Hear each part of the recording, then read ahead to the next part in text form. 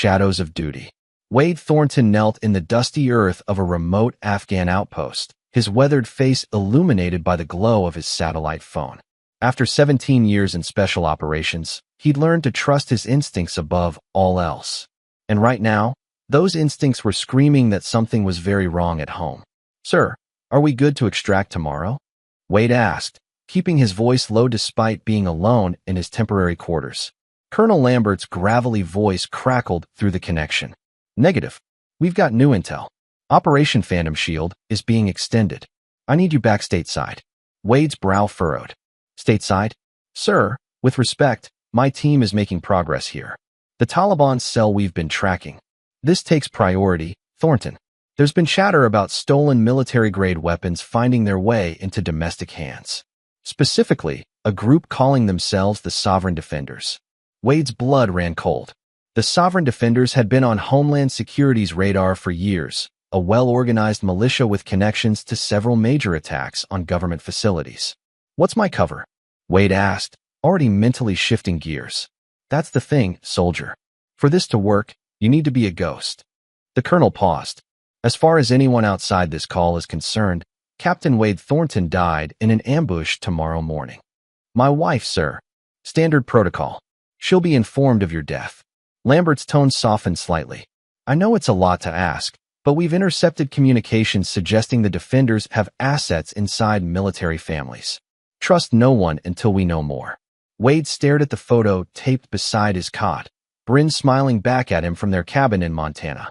3 years of marriage, and 8 months since he'd held her. Something in his gut twisted, but he pushed the feeling aside. "Duty first, always." "Understood, sir. When do I die?" 0800 hours. A team will extract you at 0500. You'll be briefed on the full operation in Virginia. That night, Wade couldn't sleep. Memories of Bryn flooded his mind. Their first meeting at her bookstore in Missoula, her laugh when he'd proposed during a mountain hike, the tears when he'd deployed last fall. They'd built their relationship on trust and understanding of his classified work, but this would test those foundations like never before. Dawn broke with the sound of distant gunfire, a familiar soundtrack to Wade's life. By the time the extraction helicopter touched down, Captain Wade Thornton was already dead to the world. 3 days later, Wade sat in a nondescript office in Langley, Virginia. His face was freshly shaved, his military haircut grown out slightly. The man staring back from the mirror was a stranger, Wade Coleman, private security consultant with a background in cyber intelligence. "Your new identity is solid," said Special Agent Naomi Rivera, sliding a folder across the desk. "We've established an apartment for you in Burlington, 30 minutes from your former residence. Your mission is to infiltrate the Sovereign Defenders and identify their leadership structure and domestic targets. And the connection to military families." Rivera hesitated. "We believe they're recruiting or coercing military spouses for intelligence. Your situation provides a unique opportunity." Wade's eyes narrowed. "You want me to surveil my own wife. We want you to use your unique position to help us identify potential security breaches," Rivera corrected. "Your home has been equipped with surveillance as part of the standard protocol for families of deceased operators. You'll have remote access."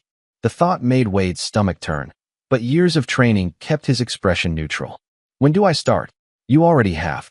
Your body is being flown home tomorrow."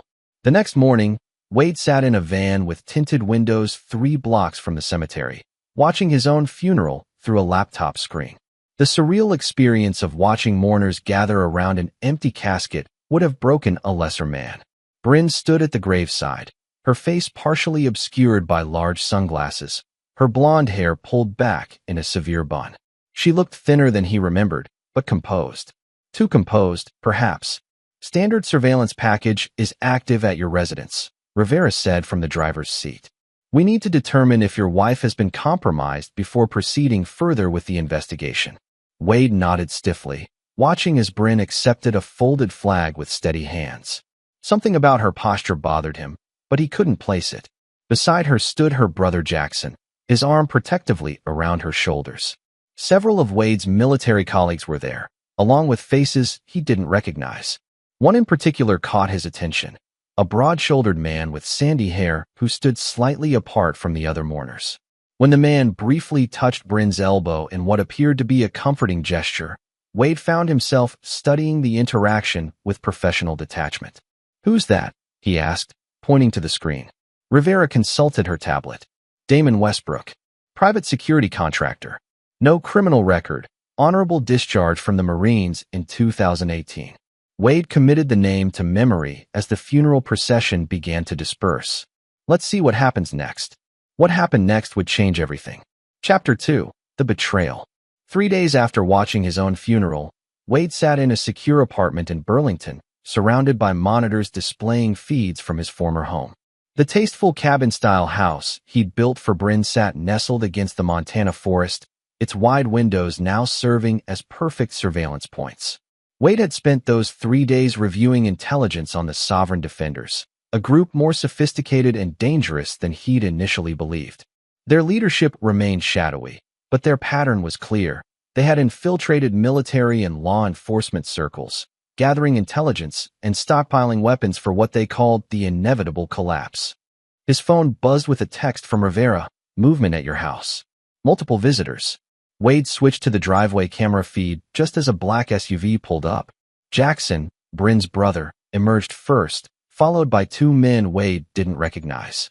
The group was somber, appropriate for visiting a newly widowed woman. Bryn answered the door in jeans and one of Wade's old flannel shirts, her hair loose around her shoulders, the way he'd always loved it.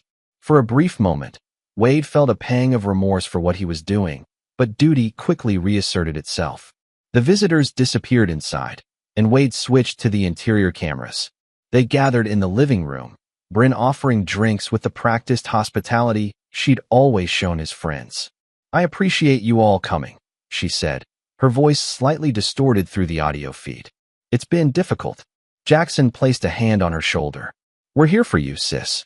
Whatever you need." One of the unknown men, burly with a trimmed beard, leaned forward.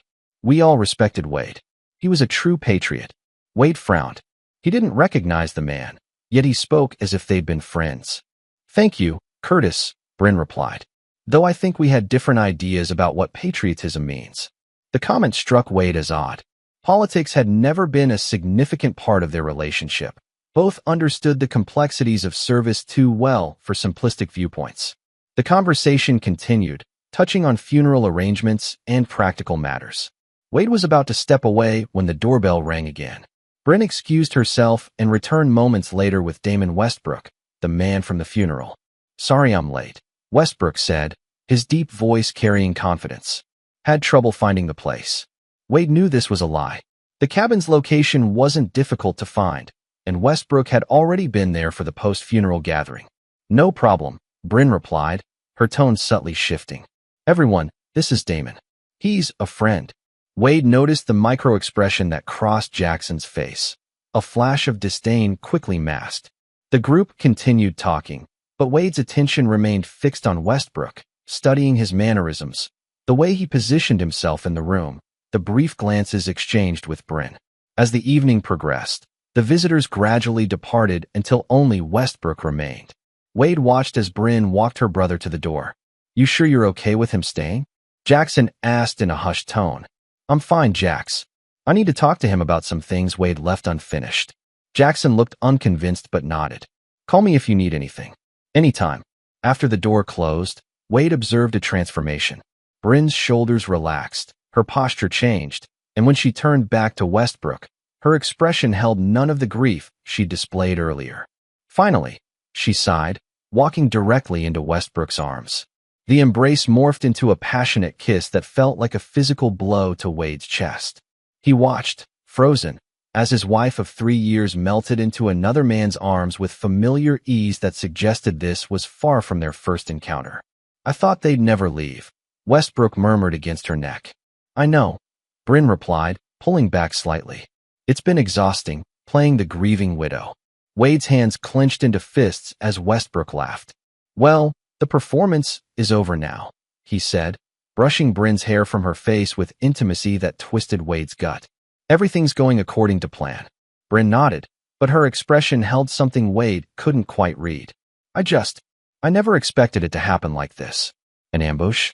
It seems so random." "Military life, Westbrook shrugged. Though the timing couldn't be better for us. Wade watched them move to the kitchen, where Bryn pulled a bottle of champagne from the refrigerator, the expensive kind they'd been saving for their anniversary. Should we? She asked, hesitating.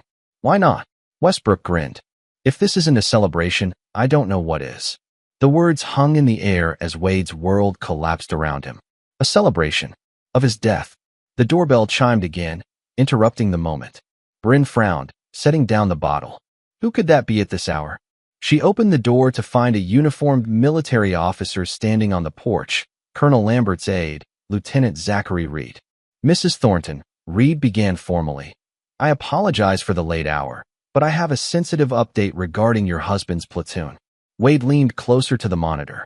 This wasn't planned. Rivera hadn't mentioned any official visits.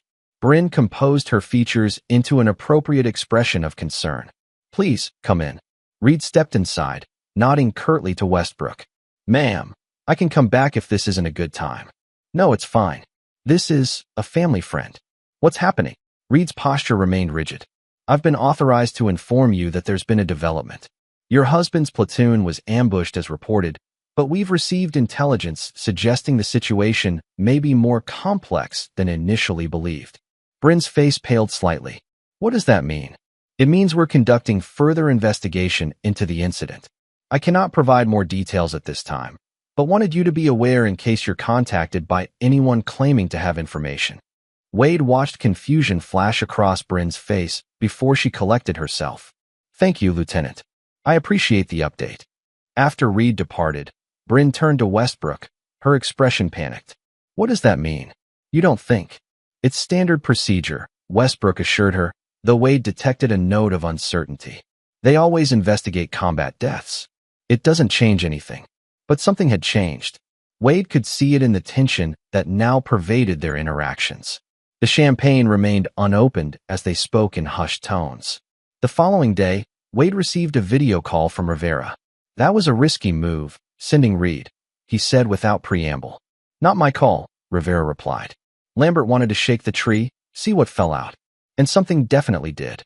She sent a file to his secure tablet. After Reed's visit, your wife made 3 calls in rapid succession. One to her brother, which seemed innocent enough.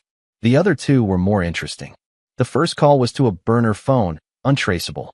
The brief conversation was guarded, with Bryn simply saying, "We might have a problem. Call me on the other line." The second call was to a number registered to a shell company in Delaware. The Sovereign Defenders use similar shells for their operations, Rivera explained. We're still tracing the connections, but it's looking like your wife may be more involved than we initially suspected. Wade's jaw tightened. I need to know exactly what she's involved in before we proceed further. Agreed. We've authorized additional surveillance measures. In the meantime, we need you to make contact with this man. Rivera sent another file, a dossier on Curtis Reeves, the bearded man from Bryn's gathering. He's a known associate of several Sovereign Defenders members. Your new identity has been seeded into his professional network. Make it happen. Wade nodded, his military discipline asserting itself even as his personal life disintegrated. Consider it done.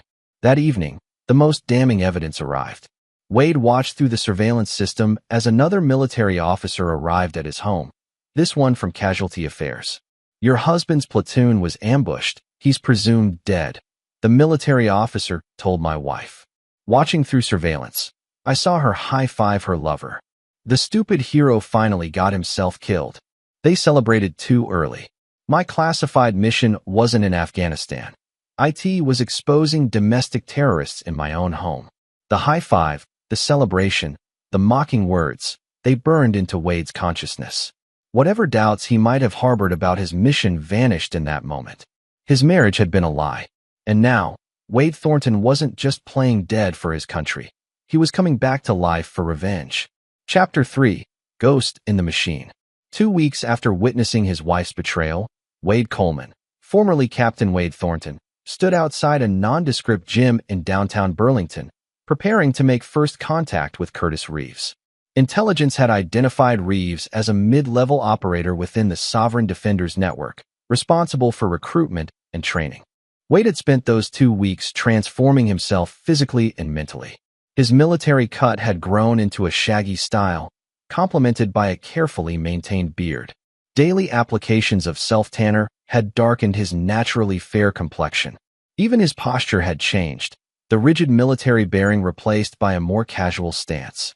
Inside the gym, Wade spotted Reeves immediately, bench pressing an impressive weight. He positioned himself at a neighboring station, working through a calculated routine designed to catch Reeves' attention without seeming deliberate. After 30 minutes, the opportunity presented itself when Reeves needed a spotter. "Hey man, mind giving me a hand?" Reeves called over. Wade nodded, moving to position himself behind the bench. "Sure thing. How many you going for?" "Let's see if I can hit 10. Reeves grunted through the set, Wade providing minimal assistance. "Nice work," Wade said afterward, extending his hand. "Wade Coleman. Curtis Reeves." The handshake was firm, assessing. "Haven't seen you around before. Just moved to town. Security consultant. Between contracts at the moment." Reeves' interest visibly peaked. "Yeah? What kind of security?" "Little bit of everything. Started with physical security, moved into cyber. Spent some time overseas with private contractors." The conversation continued naturally as they moved through their workouts, Wade carefully dropping references and terminology that would resonate with Reeves' background. By the end of the session, they were exchanging phone numbers. "Some of us get together for beers on Thursdays at McNally's," Reeves said. "Lot of ex-military, guys in the security field. You should stop by." Wade smiled. "Sounds good. I could use some connections in the area." Later that night, Wade reported his progress to Rivera while monitoring the feeds from his former home. The house was empty. Bryn had gone out with Westbrook 2 hours earlier. "Reeves took the bait," Wade said. "Meeting him and his associates tomorrow night." "Good. We've had developments on our end too." Rivera's voice was tense. "That shell company I mentioned? It's connected to a series of weapons purchases, military-grade stuff that went missing from Camp Pendleton last year." Wade's expression darkened. "And Bryn's involvement?" "Still unclear, but she's definitely connected. Her phone records show regular contact with known Sovereign Defenders members going back 18 months. 18 months. Wade did the math. Their relationship had been 3 years, marriage for most of that time. The betrayal had started while he was still deployed, long before his death. What about Westbrook? Former Marine Force Recon. Dishonorable discharge after an incident in Syria, details classified. He's been on Homeland Security's radar, but we haven't had enough to move on him." Rivera paused. "There's something else. We found financial transfers from an offshore account to your joint bank account with Bryn. Substantial amounts, disguised as investment returns." Wade's jaw tightened. "She's been laundering money through our account." "Appears that way. I'm sorry, Thornton." The apology felt hollow against the magnitude of the betrayal, but Wade appreciated the sentiment.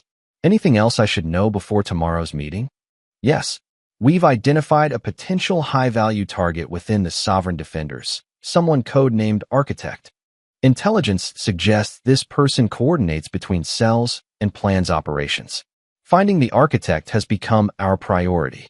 Wade nodded, though his mind was already working through the implications. "I'll see what I can learn tomorrow." After ending the call, Wade returned to the surveillance feeds. Bryn and Westbrook had returned and were speaking in the kitchen, too far from any microphones for clear audio. Their body language suggested an argument, with Bryn gesturing emphatically while Westbrook maintained a calm, controlling posture. Wade zoomed in on a folder Bryn had brought home, military insignias visible on the partially exposed documents.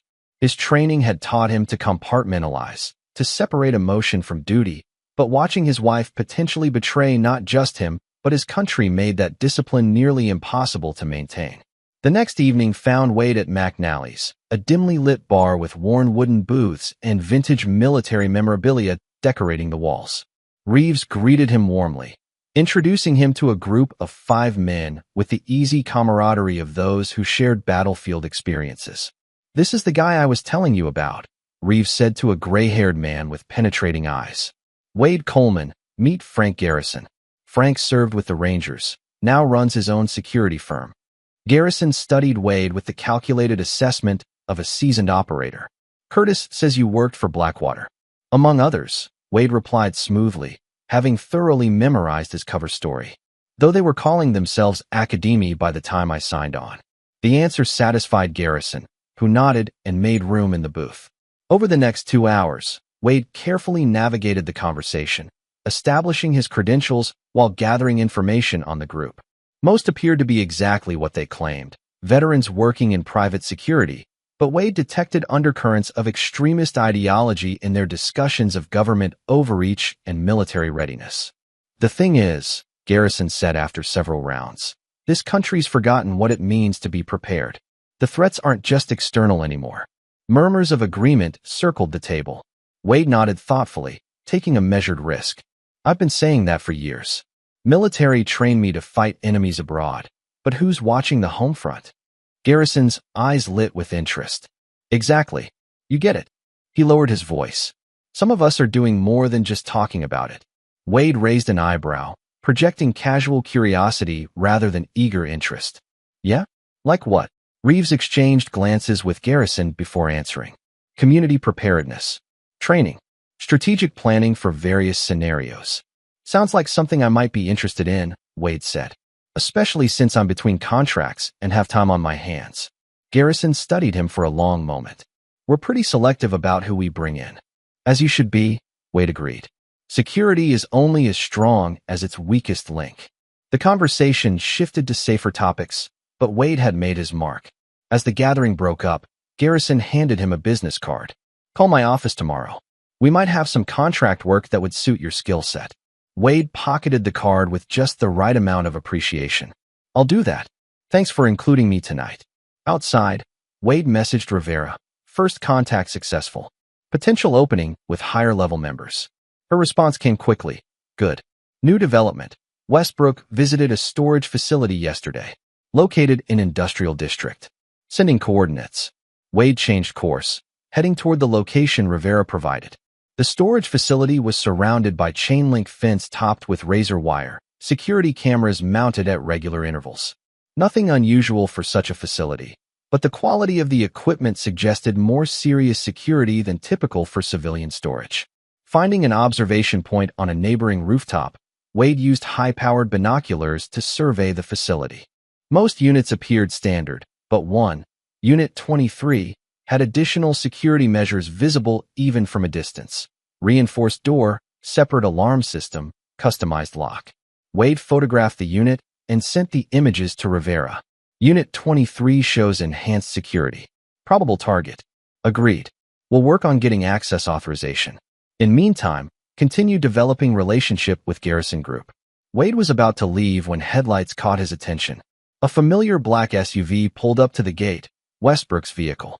Wade watched as Westbrook entered a code, proceeded to Unit 23, and emerged 10 minutes later carrying a heavy duffel bag. Tracking the SUV from a safe distance, Wade followed Westbrook not to Bryn's house, but to an upscale apartment complex downtown.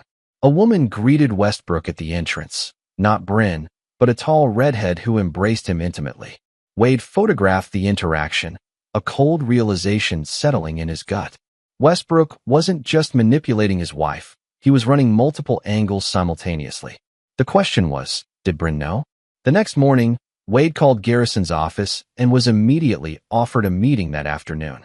The speed of the response confirmed his suspicions. He wasn't being hired for his security expertise, but vetted for something else entirely. Garrison's office occupied the top floor of a converted industrial building. Minimalist in design, it projected professional efficiency rather than the paramilitary aesthetic Wade had half expected. Coleman, good to see you again, Garrison said, gesturing to a chair across from his desk. I've been reviewing your resume. Impressive experience. Thank you, Wade replied. Though I notice you haven't mentioned exactly what position you're considering me for. Garrison smiled thinly. Direct. I appreciate that. He leaned forward. Let me be equally direct. The security firm is legitimate. We have government contracts, private clients, the works. But some of us are involved in something more fundamental to national security. I'm listening. You served your country, saw how the system works and doesn't work. Many of us believe we're headed for a reckoning. Government overreach, erosion of constitutional rights, foreign interference. It's a perfect storm. Wade maintained neutral interest. And you're what? Preparing for the collapse. We're ensuring there are structures in place when it happens. People with the right training, resources, and mindset to rebuild properly. Garrison studied Wade carefully. Does that interest you? Wade considered his response, knowing this moment would determine his access. It depends. I've heard plenty of talk from militia types who are really just looking for an excuse to play soldier. I'm more interested in concrete action with clear objectives. The answer seemed to please Garrison. That's exactly the perspective we need. We're not militia, we're architects of what comes next. The word choice sent a jolt through Wade. Architect, the high-value target Rivera had mentioned. If you're serious about joining us, there's an evaluation process, Garrison continued. Nothing too formal, but we need to ensure alignment of values and capabilities. Sounds reasonable. Good. We're having a training weekend at a private facility upstate. 3 days, starting Friday. Consider it an interview. Wade nodded. I'll be there. After leaving Garrison's office, Wade immediately contacted Rivera. I think Garrison might be the architect or connected to them. He's invited me to a training weekend. That sounds like a vetting process. Excellent progress, Rivera replied. We'll have backup in place, but you'll be on your own inside. Any leads on the weapons stockpile? Possibly. Westbrook accessed a suspicious storage unit last night. Unit 23 at the facility, I reported. We're working on getting eyes inside. Also, there's been another development with your wife. Wade steeled himself. What now? She's been meeting with someone new, a woman named Elise Chambers. Former CIA analyst, discharged under questionable circumstances 5 years ago. Known for radical political views. Another sovereign defender? Possibly higher level. Chambers has connections to several domestic extremist groups, but has managed to avoid direct implication in any activities. Wade processed this information, the operational side of his brain working overtime while he compartmentalized the personal betrayal. I need to know what they're planning. The storage unit, the meetings, the money transfers. It's building towards something. Agreed. Proceed with the Garrison induction, but maintain surveillance on your wife when possible. She may lead us to their immediate objectives. That night, Wade returned to his observation of Bryn's house. His house, he reminded himself bitterly. Through the cameras, he watched her working on her laptop at the kitchen table, her face illuminated by the screen. For a brief moment, she looked exactly like the woman he'd fallen in love with. Focused, intelligent, beautiful. Then she reached for her phone, her expression changing as she read an incoming message. She typed a response, then closed her laptop and moved with purpose toward the bedroom. Wade switched camera feeds to see her retrieve a locked case from beneath the bed, a case he'd never seen before. From it, she removed a satellite phone, military grade, not commercially available, and made a call. It's happening Friday, she said without preamble. Garrison's taking the new recruit to the compound. A pause. Yes, I've arranged everything on my end. Westbrook has the equipment ready. Another pause. No, I don't think they suspect anything. The husband's death was convenient timing. Wade felt his blood run cold. Whatever operation the sovereign defenders were planning, it was scheduled for the same weekend as his training with Garrison, and his wife was at the center of it. As Bryn ended the call and carefully returned the satellite phone to its hiding place, Wade made a decision. The mission had become personal in ways no one could have anticipated, but he would see it through to the end, whatever that end might be. Across town, in a secure room at a nondescript government building, Special Agent Rivera studied the same feed, her expression grave. Thornton, she whispered to herself, I hope you know what you're getting into. Chapter 4, Wolves Among Sheep. The compound was nothing like Wade had expected. Instead of a remote, heavily fortified militia camp, Garrison had brought him to an upscale corporate retreat center nestled in the Adirondack Mountains. The main building featured modern architecture with vast windows overlooking a pristine lake. Luxury SUVs and high-end sedans filled the parking area. Not what you pictured, is it? Garrison asked, noting Wade's carefully concealed surprise. Doesn't exactly scream preparing for societal collapse, Wade admitted. Garrison laughed. That's the point. Real power doesn't hide in the woods with AR-15s and canned beans. It hides in plain sight, behind respectability and resources. Inside, about 20 men and women in business casual attire mingled in the main hall. At first glance, they resembled a corporate retreat or perhaps a political fundraiser. Wade recognized Reeves and 2 others from the bar gathering, but the rest were strangers, well-dressed, well-spoken strangers who exuded confidence and influence. Garrison introduced Wade around the room, using his cover identity but emphasizing his military background and security expertise. Wade cataloged each person, noting their reactions and connections while maintaining his role as the interested recruit. "Coleman, meet Dr. Elise Chambers," Garrison said, bringing him face-to-face with the woman Rivera had mentioned, the former CIA analyst who'd been meeting with Brin. Chambers assessed Wade. "Mr. Coleman, Frank speaks highly of your operational experience. Most of it's classified," Wade replied with practiced modesty. "But I've been around. Haven't we all?" she said with a thin smile. "I understand you're interested in our investment group." The euphemism wasn't lost on Wade. "I believe in being prepared for changing circumstances, and in aligning myself with people who share that philosophy." Chambers nodded approvingly. "A wise approach, though we're quite selective about our partnerships." "As you should be," Wade agreed. "Security is only as good as its weakest link." Something flickered in Chambers' eyes at his repetition of the phrase he'd used with Garrison. "Indeed. I look forward to learning more about you this weekend." As she moved away, Wade caught sight of a new arrival that nearly broke his composure. Damon Westbrook, striding confidently into the hall. Wade turned slightly, using Garrison to partially block Westbrook's view while he processed this complication. "Problem?" Garrison asked, noticing his reaction. Wade recovered smoothly. "Not at all. Just recognized someone I might have encountered professionally. Private contractor community is smaller than people realize." Garrison seemed to accept this explanation. "The official agenda begins in 30 minutes. Feel free to network until then." Left to himself, Wade circulated carefully, avoiding Westbrook's direct line of sight while gathering information. The conversations around him were deliberately ambiguous. Discussions of market opportunities, strategic investments, and restructuring operations that could have been innocent business talk or coded references to something far more sinister. When the formal program began, Garrison took the stage, his commanding presence immediately silencing the room. "Welcome, colleagues and potential partners." For those new to our organization, his gaze briefly found Wade. "This weekend represents an opportunity to explore mutual interests in securing America's future. For our established members, we have significant developments to discuss regarding Project Sentinel." Wade filed away the project name, noting the reactions around the room, subtle nods and exchanges that confirmed its importance. "Dr. Chambers will brief us on Phase 1 implementation tomorrow morning. Tonight is about building our community. I encourage our veteran members to engage with our prospective colleagues. Trust is our foundation." The veiled instruction was clear. The newcomers were being evaluated. As the gathering dispersed into smaller groups, Wade made a calculated decision to approach Westbrook directly, controlling the inevitable encounter rather than risking being recognized later. "Damon Westbrook, right?" Wade extended his hand. "Wade Coleman.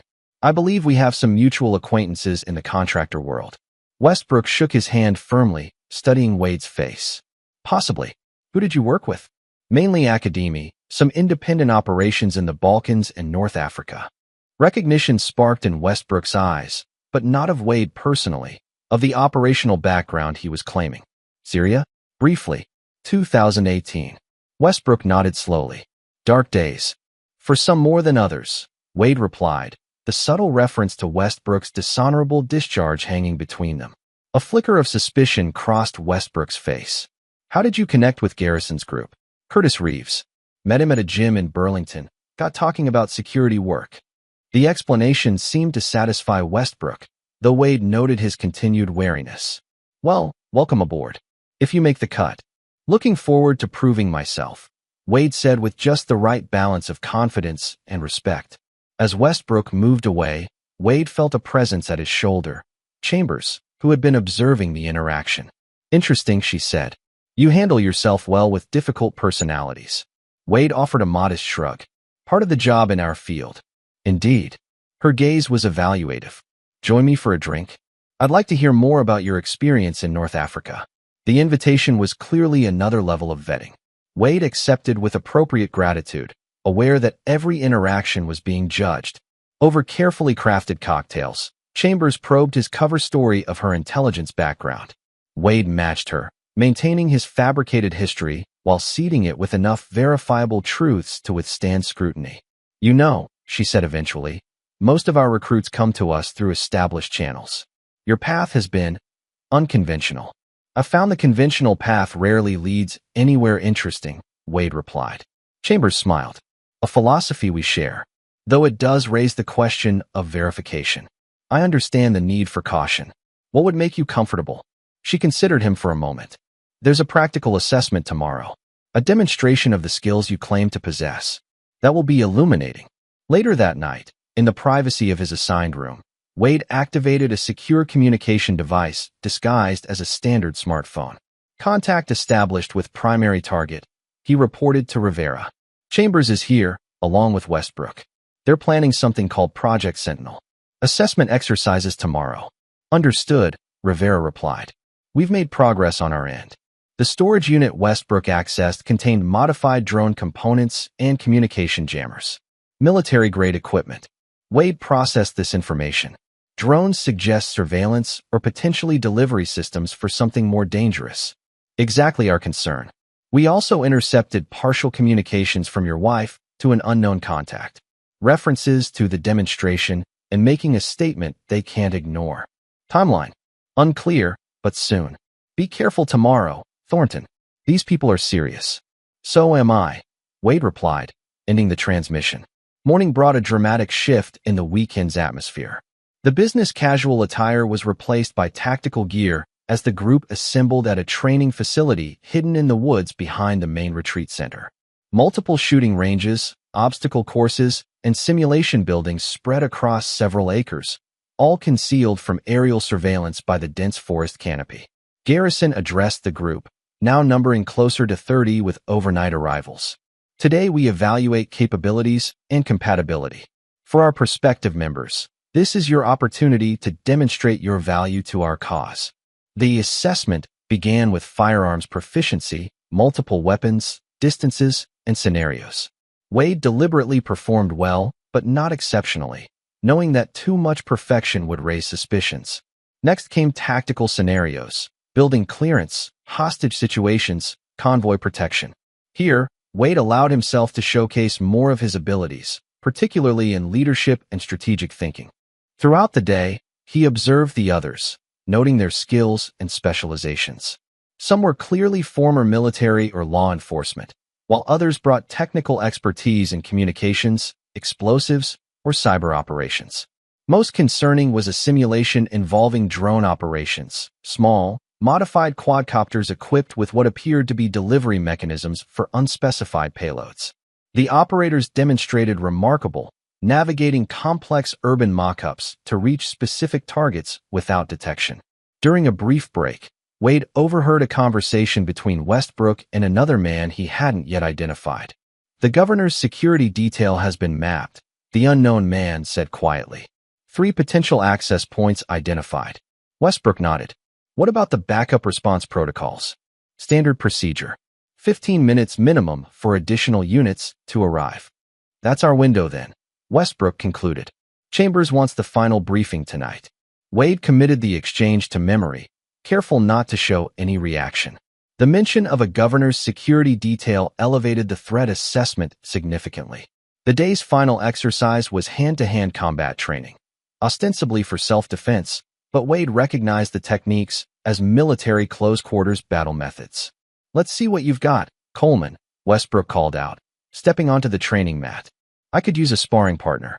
The challenge was deliberate, testing Wade's abilities while perhaps seeking to intimidate or expose him.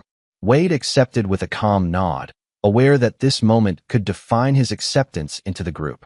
As they circled each other on the mat, Wade calculated his approach. He needed to demonstrate skill without revealing his special operations training, to win respect without triggering Westbrook's suspicion or hostility. Westbrook struck first, a probing jab followed by a sweeping kick. Wade blocked and countered, neither dominating nor submitting. The exchange continued, each man testing the other's defenses, neither fully committing to an offensive strategy. Then Westbrook switched tactics, implementing a specialized takedown technique taught specifically to Force Recon Marines. Wade recognized it instantly and nearly countered with the appropriate defense before catching himself. Instead, he allowed the move to partially succeed, using a more common technique to mitigate rather than neutralize it. The resultant grapple ended with both men at a stalemate, breathing hard but uninjured. Not bad, Westbrook acknowledged, offering a hand up. You've had good training. You too, Wade replied. That last move, Marine Corps? Westbrook nodded, a hint of pride showing through his usual reserve. Force Recon. You recognize the style. Worked with some recon guys in Libya. Picked up a few things. The explanation satisfied Westbrook, and Wade noted increased acceptance from the observers. The test had been passed, not with dominance, but with competence and appropriate knowledge. That evening, the group reassembled in a secure conference room within the main building. Garrison took position at the head of the table, with Chambers at his right. You've all demonstrated your capabilities today, Garrison began. Now it's time to discuss application. Dr. Chambers, if you would. Chambers activated a digital display, bringing up what appeared to be architectural schematics. Project Sentinel has entered its final phase. 3 days from now, Governor Williams will be hosting a national security summit at the state capitol. In attendance will be representatives from Homeland Security, FBI, and key military commanders from the Eastern Seaboard. Wade maintained a neutral expression despite the alarm bells ringing in his mind. Such a gathering would represent a prime target for any domestic terrorist organization. Our objective, Chambers continued, is not destruction but demonstration. For too long, these agencies have operated with impunity, surveilling citizens, restricting freedoms, and preparing for domestic oppression under the guise of national security. Murmurs of agreement circled the room. Using proprietary technology developed by our aerospace division, we will implement a precision electronic countermeasure that will temporarily disable all communications and security systems within the Capitol complex. Simultaneously, our media team will broadcast our message across all major networks and social platforms. She switched to another image, a complex electronic device housed in what appeared to be a modified drone. The EMP device has been tested and proven effective within a 300-meter radius. Enough to disrupt communications, but not to cause permanent infrastructure damage. Wade recognized the strategic approach, a demonstration of capability rather than a direct attack, designed to embarrass government agencies while showcasing the group's technological superiority. Implementation teams have been selected, Garrison added. Deployment will occur in 3 phases, beginning at 0900 hours Tuesday. Final positions and assignments will be distributed tomorrow morning. As the briefing continued, Wade carefully noted every detail, assessing potential casualties, security vulnerabilities, and response scenarios. What Chambers described as a demonstration could easily escalate into something far deadlier if complications arose. After the briefing concluded, Garrison approached Wade directly. What do you think, Coleman? Still interested in our investment opportunity? Wade measured his response carefully. It's ambitious. Technically impressive.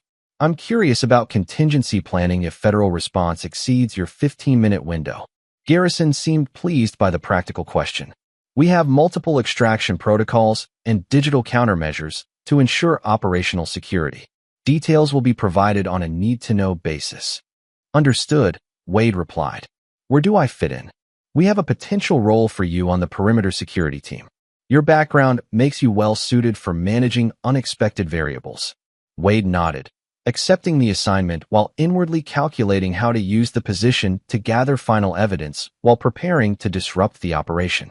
Later that night, Wade once again activated his secure communication device, transmitting the details of Project Sentinel to Rivera. This is bigger than we anticipated, he concluded.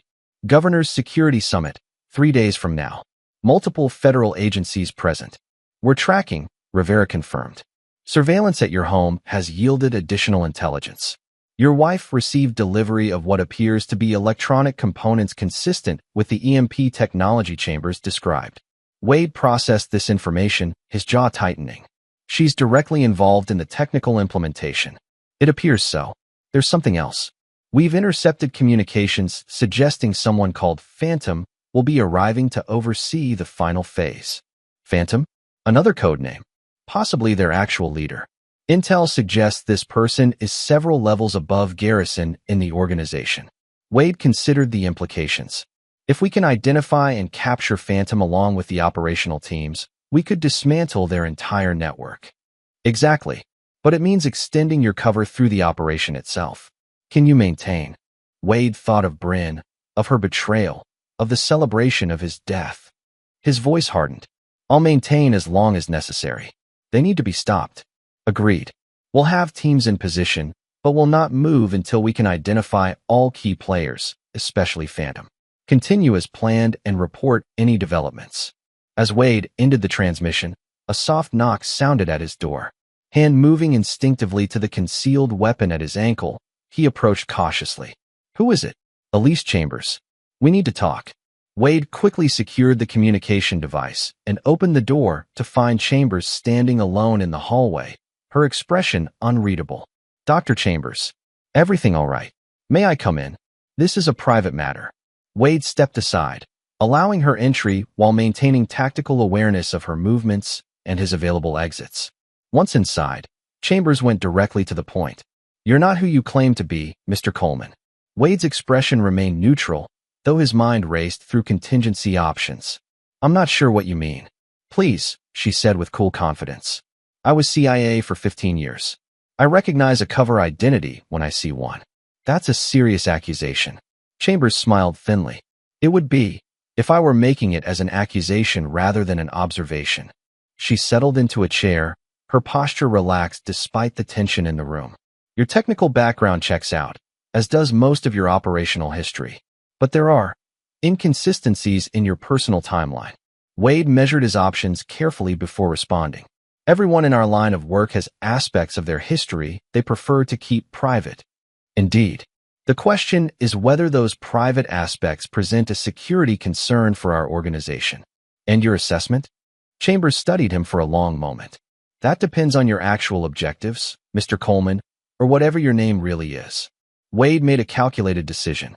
My objectives align with what I've witnessed here, a strategic response to government overreach and the erosion of constitutional rights.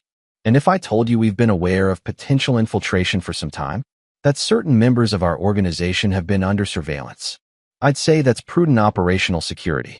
I'd also point out that if I were an infiltrator, this conversation would be proceeding very differently. Chambers' expression remained enigmatic. Perhaps. She stood to leave. Or perhaps we're having exactly the conversation I intended. Sleep well, Mr. Coleman. Tomorrow will be illuminating. After she departed, Wade immediately reactivated his communication device. Rivera, my cover may be compromised. Chambers just made indirect accusations. Understood. Do you need extraction? Wade considered the situation. Negative. She didn't make any hostile moves, and withdrawal now would confirm suspicions. I need to see this through. Copy that. But be prepared for rapid exit, if necessary. Always am, Wade replied, knowing that the next 24 hours would determine whether his mission succeeded or failed catastrophically. What he couldn't know was that across town, in the house he had once shared with Bryn, another fateful conversation was taking place. The operative has been identified, Bryn was saying into her satellite phone. Chambers confirmed the inconsistencies in his background. A pause as she listened to the response. Yes, I understand. Full operational security protocols are in effect. Another pause. No, Westbrook remains unaware of the complication. He'll continue with his assigned role. As she ended the call, Bryn moved to the window, staring out at the night sky with an expression far more complex than Wade could have interpreted through surveillance cameras. Everything's in motion, she whispered to herself. No turning back now. Chapter 5. The deception deepens. Sunday morning at the compound brought increased security and a palpable tension. Additional armed personnel had appeared overnight, establishing checkpoints throughout the facility and conducting periodic sweeps with electronic countermeasure devices. Wade noted these developments with professional concern, recognizing the signs of an organization shifting to heightened alert. Garrison assembled the core group, now numbering 15, including Wade, in a reinforced subterranean conference room accessed via a concealed elevator in the main building's storage area. Operational security has been elevated, Garrison announced without preamble. We've received intelligence suggesting potential compromise. Murmurs rippled through the assembled group. Wade maintained a neutral expression, though inwardly his tactical assessment shifted. If his cover was blown, This could rapidly evolve into a hostage situation or worse. As a precaution, Garrison continued, all communication devices have been temporarily secured. He gestured to a metal container on a side table. Anyone who hasn't surrendered their personal electronics, please do so now. Wade had anticipated this possibility and had already secured his covert communication device in a specially designed compartment in his belt buckle. He placed his decoy phone, containing nothing suspicious, in the container along with the others. Project Sentinel proceeds as planned, Garrison assured the group. But with additional security protocols. Chambers stepped forward, her sharp gaze sweeping the room. Team assignments have been adjusted. You'll receive your updated roles and responsibilities individually. Wade recognized the tactic, isolating team members to prevent collusion while providing opportunities to observe reactions to unexpected changes. Classic counterintelligence procedure. As the group dispersed, Westbrook approached Wade with an easy confidence that set off warning signals. Coleman, you're with me today. Garrison wants us to review perimeter security protocols. Lead the way, Wade replied, matching Westbrook's tone while cataloging potential defensive scenarios should this be a ruse to isolate him. They proceeded to a separate building that housed the Security Operations Center, a sophisticated setup with multiple monitoring stations and communications equipment. Impressive facility, Wade commented as they entered. Westbrook nodded. Sovereign defenders believe in investing in infrastructure. This entire compound was built specifically for our operations, designed from the ground up with security and surveillance countermeasures. The casual revelation of the group's name, previously unmentioned in Wade's presence, confirmed they had moved beyond the recruitment phase. Either Wade had been accepted into the inner circle, or they no longer cared what he knew because they didn't expect him to share the information. How long have you been with the organization? Wade asked, maintaining his cover while gathering intelligence. 3 years officially. Knew some of the founding members from my time in the Corps. And your role in Project Sentinel? Westbrook studied him briefly before answering. I'm coordinating the technical implementation team. The EMP components require precise calibration and deployment. Sounds complex. It is. We've been testing prototypes for months. The final version is significantly more sophisticated than what was shown in yesterday's briefing. Wade filed away this information. Who designed it? A flash of pride crossed Westbrook's face. That would be Dr. Chambers. She has a background in advanced electronic warfare systems from her CIA days. The innovation was adapting military-grade technology into a deployable civilian package. Impressive, Wade acknowledged. Though I'm curious how civilian components could generate sufficient power for an effective EMP. The question was calculated, probing for technical details while displaying appropriate knowledge. That's the breakthrough, Westbrook explained, warming to the topic. Instead of brute force, Chambers designed a targeted system that exploits vulnerabilities in modern communications infrastructure.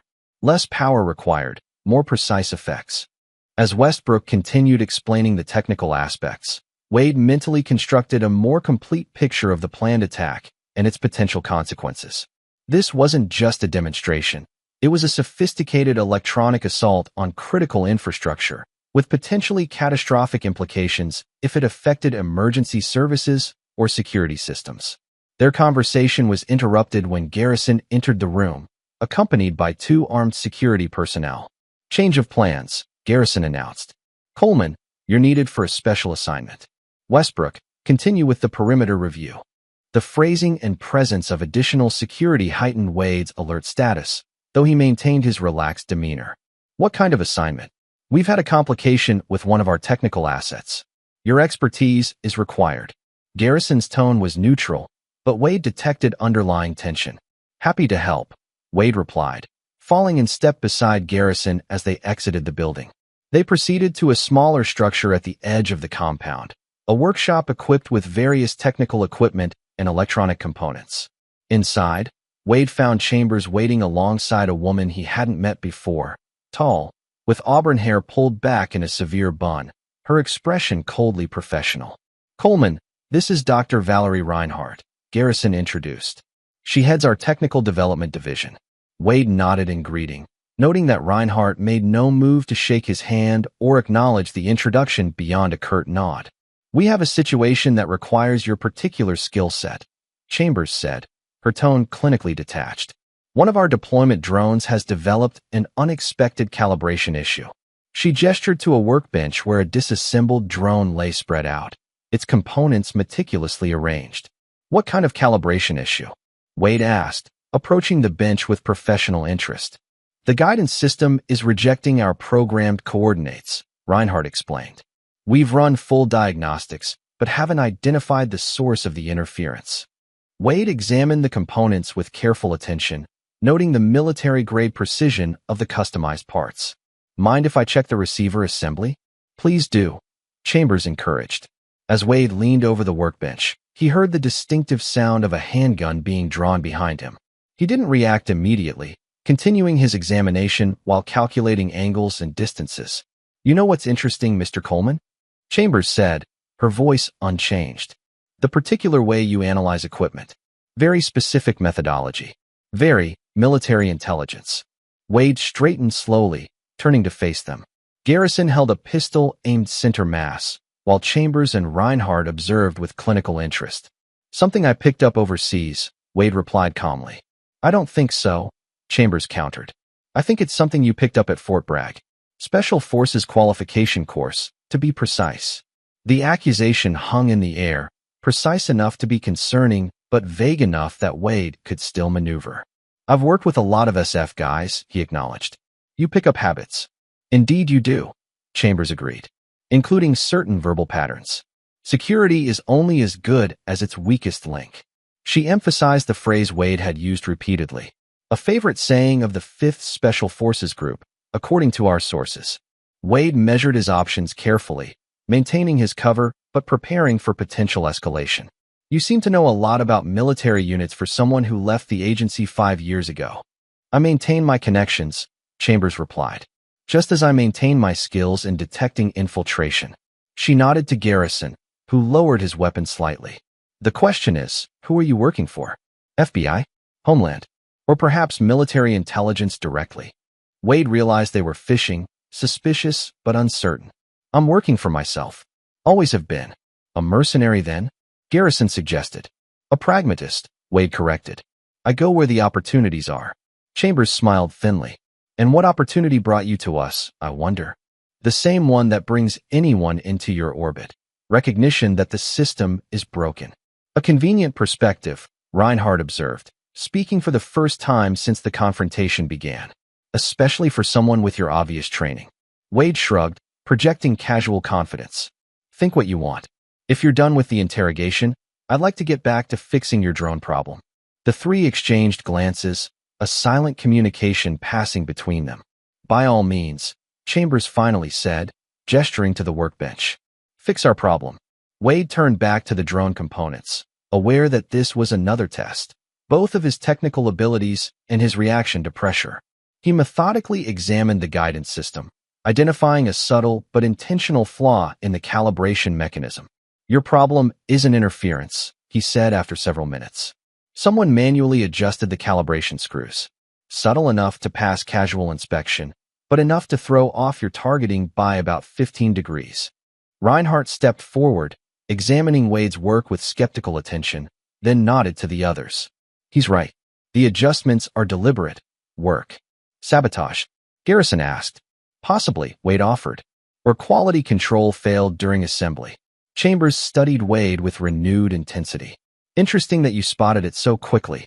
I've worked with similar systems, Wade replied, the statement technically true while avoiding specifics. Garrison holstered his weapon, though his posture remained alert. Fix it. Then we'll continue our discussion. Wade complied, making the necessary adjustments. As he worked, he maintained awareness of their positions in the room, mentally calculating escape routes and defensive options should the situation deteriorate. After he'd completed the repairs, Reinhardt tested the system and nodded her approval. Functional. Targeting accuracy restored. Thank you, Mr. Coleman, Chambers said, her tone unchanged. Your skills are indeed valuable to our organization. Happy to help, Wade replied. Though I do prefer a working environment with fewer firearms pointed at me. Garrison actually smiled at that. A reasonable preference. Consider it a security precaution in uncertain times. Speaking of security, Chambers interjected. We've had a development you should be aware of. One of our surveillance teams identified a potential federal presence near the compound. Wade kept his expression neutral despite the internal alarm. Had Rivera positioned backup teams too close? What kind of presence? He asked. Unmarked vehicles, communication signatures consistent with federal operations, Garrison explained. Nothing conclusive, but concerning enough to accelerate our timeline. Project Sentinel has been moved up, Chambers confirmed. Implementation will begin tomorrow at 0600 hours. The change represented a significant complication for Wade's mission. With less time to report and coordinate with Rivera, stopping the operation would become exponentially more difficult. What about the governor's summit? He asked. I thought that was the target. The primary demonstration remains unchanged, Chambers clarified. But our insertion teams will deploy earlier to establish position. Wade nodded understanding. How does this affect perimeter security assignments? It doesn't, Garrison replied. You'll still be on the external response team, managing unexpected variables as they arise. The phrasing caught Wade's attention, particularly the repetition of his supposed role in managing unexpected variables. It suggested they were still testing him, perhaps even setting him up to expose himself. Understood, Wade acknowledged. When do we deploy? Teams begin moving out tonight, Garrison said. Final briefing at 1800 hours. Until then, you're restricted to the main compound. Security protocols remain in effect. After they departed, leaving Wade under the watchful eye of an armed guard, he calculated his options. With communications restricted and movements monitored, contacting Rivera before the operation began would be nearly impossible without compromising his cover entirely. The accelerated timeline suggested either genuine concern about federal surveillance or, more worryingly, a deliberate strategy to force any potential infiltrators to reveal themselves by attempting emergency communications. Either way, Wade needed to adapt. If he couldn't prevent the operation from beginning, he would need to position himself to disrupt it at the most critical juncture. Meanwhile, across the state, Bryn Thornton sat in the living room of her mountain home, satellite phone in hand, engaged in an intense conversation. The timeline has been accelerated, she reported. Garrison made the call after their security team detected surveillance near the compound. She listened to the response, her expression hardening. Yes, I understand the risks. But we're too close to abort now. Another pause. Westbrook is secure. He suspects nothing beyond what we've allowed him to know. She ended the call and turned to face Jackson, her brother, who sat watching her with concern. You positive about this, Bryn? He asked quietly. Once it starts. I've been sure since the day Wade died. She interrupted, her voice tight with emotion. They took everything from me. It's time they understood what that means. Jackson studied his sister's face, seeing the grief and rage that had driven her decisions for months. And Westbrook? He's still useful. For now, Bryn replied coldly. He believes he's using me to gain access to Wade's military connections. The irony would be amusing if the stakes weren't so high. And the operative at the compound? The one Chambers flagged. Bryn's expression darkened. Another complication to manage. But nothing that will stop Project Sentinel. Tomorrow, everything changes. Back at the compound, Wade was escorted to the final briefing, where the full operational plan was revealed. 20 team members would deploy to various positions around the state capitol, establishing a perimeter for the drone delivery of the EMP device. Simultaneously, media teams would prepare to broadcast the Sovereign Defender's message across hijacked emergency broadcast systems. Wade was assigned to a 3-person team responsible for monitoring law enforcement response and providing early warning of any security complications, a position that would allow him some operational flexibility while keeping him away from the core technical implementation. As the briefing concluded, Garrison made a final announcement. One more thing. Phantom will be joining us for the operation tomorrow. Those who haven't met our founder before, consider it an honor. Operational security remains absolute. Phantom's identity is protected at all costs. The revelation sent ripples of excitement through the group, while Wade processed the strategic implications. The elusive leader of the Sovereign Defenders would be physically present during the operation, providing an unprecedented opportunity to capture the entire command structure at once. That night, as teams prepared equipment and vehicles for the early morning departure, Wade made his move. Using a maintenance request as cover, he gained access to a utility closet containing electrical panels for the compound. Within 5 minutes, he had modified a standard power conduit to transmit a coded burst signal, a technique developed for situations exactly like this one. The message was brief but comprehensive. Sentinel moved to 0600. All teams deploying tonight. Leadership present, including Phantom. EMP confirmed. Capital remains target. Whether Rivera would receive it in time, or at all, remained unknown. But Wade had done what he could to warn his handlers while maintaining his cover. As he rejoined his assigned team, Wade caught Westbrook watching him from across the staging area, the other man's expression unreadable. For a moment, their eyes locked in silent evaluation before Westbrook turned away to continue his preparations. Wade checked his equipment one final time, mentally preparing for what would likely be the most complex operation of his career, stopping a domestic terrorist attack while surrounded by its perpetrators, with no certainty of backup or extraction. As vehicles began departing the compound under cover of darkness, Wade joined his team in a modified SUV equipped with surveillance countermeasures and tactical communications gear. The driver, a former Marine named Peterson, navigated the mountain roads with practiced skill, while the third team member, a woman called Jensen with a background in signals intelligence, monitored police and emergency frequencies. Ever been part of something this big before, Coleman? Peterson asked as they descended toward the interstate. Depends on your definition of big, Wade replied carefully. Changing the course of history, Peterson clarified. After tomorrow, nothing will be the same. The fervent belief in his voice reminded Wade that these weren't simply criminals or terrorists in their own minds. They saw themselves as revolutionaries, patriots fighting against a corrupt system. The most dangerous kind of extremist, the true believer. History has a way of surprising those who try to force its hand, Wade observed. Jensen glanced at him curiously. Philosophical for a security contractor. Wade shrugged. You see enough regimes rise and fall. You develop a perspective. As they continued toward the capital, Wade calculated timing and contingencies. With the operation now accelerated, federal response teams would have minimal warning, if any.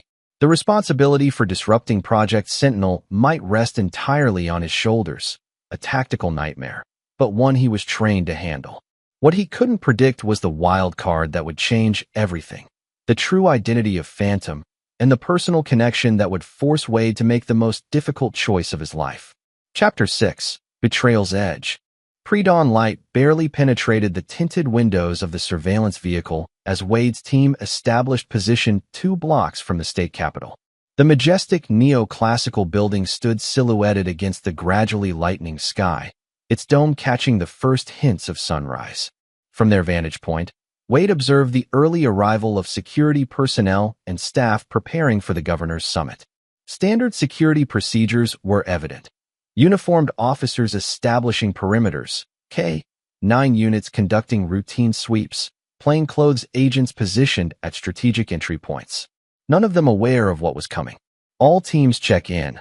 Garrison's voice came through the secured communication system. Sitrep.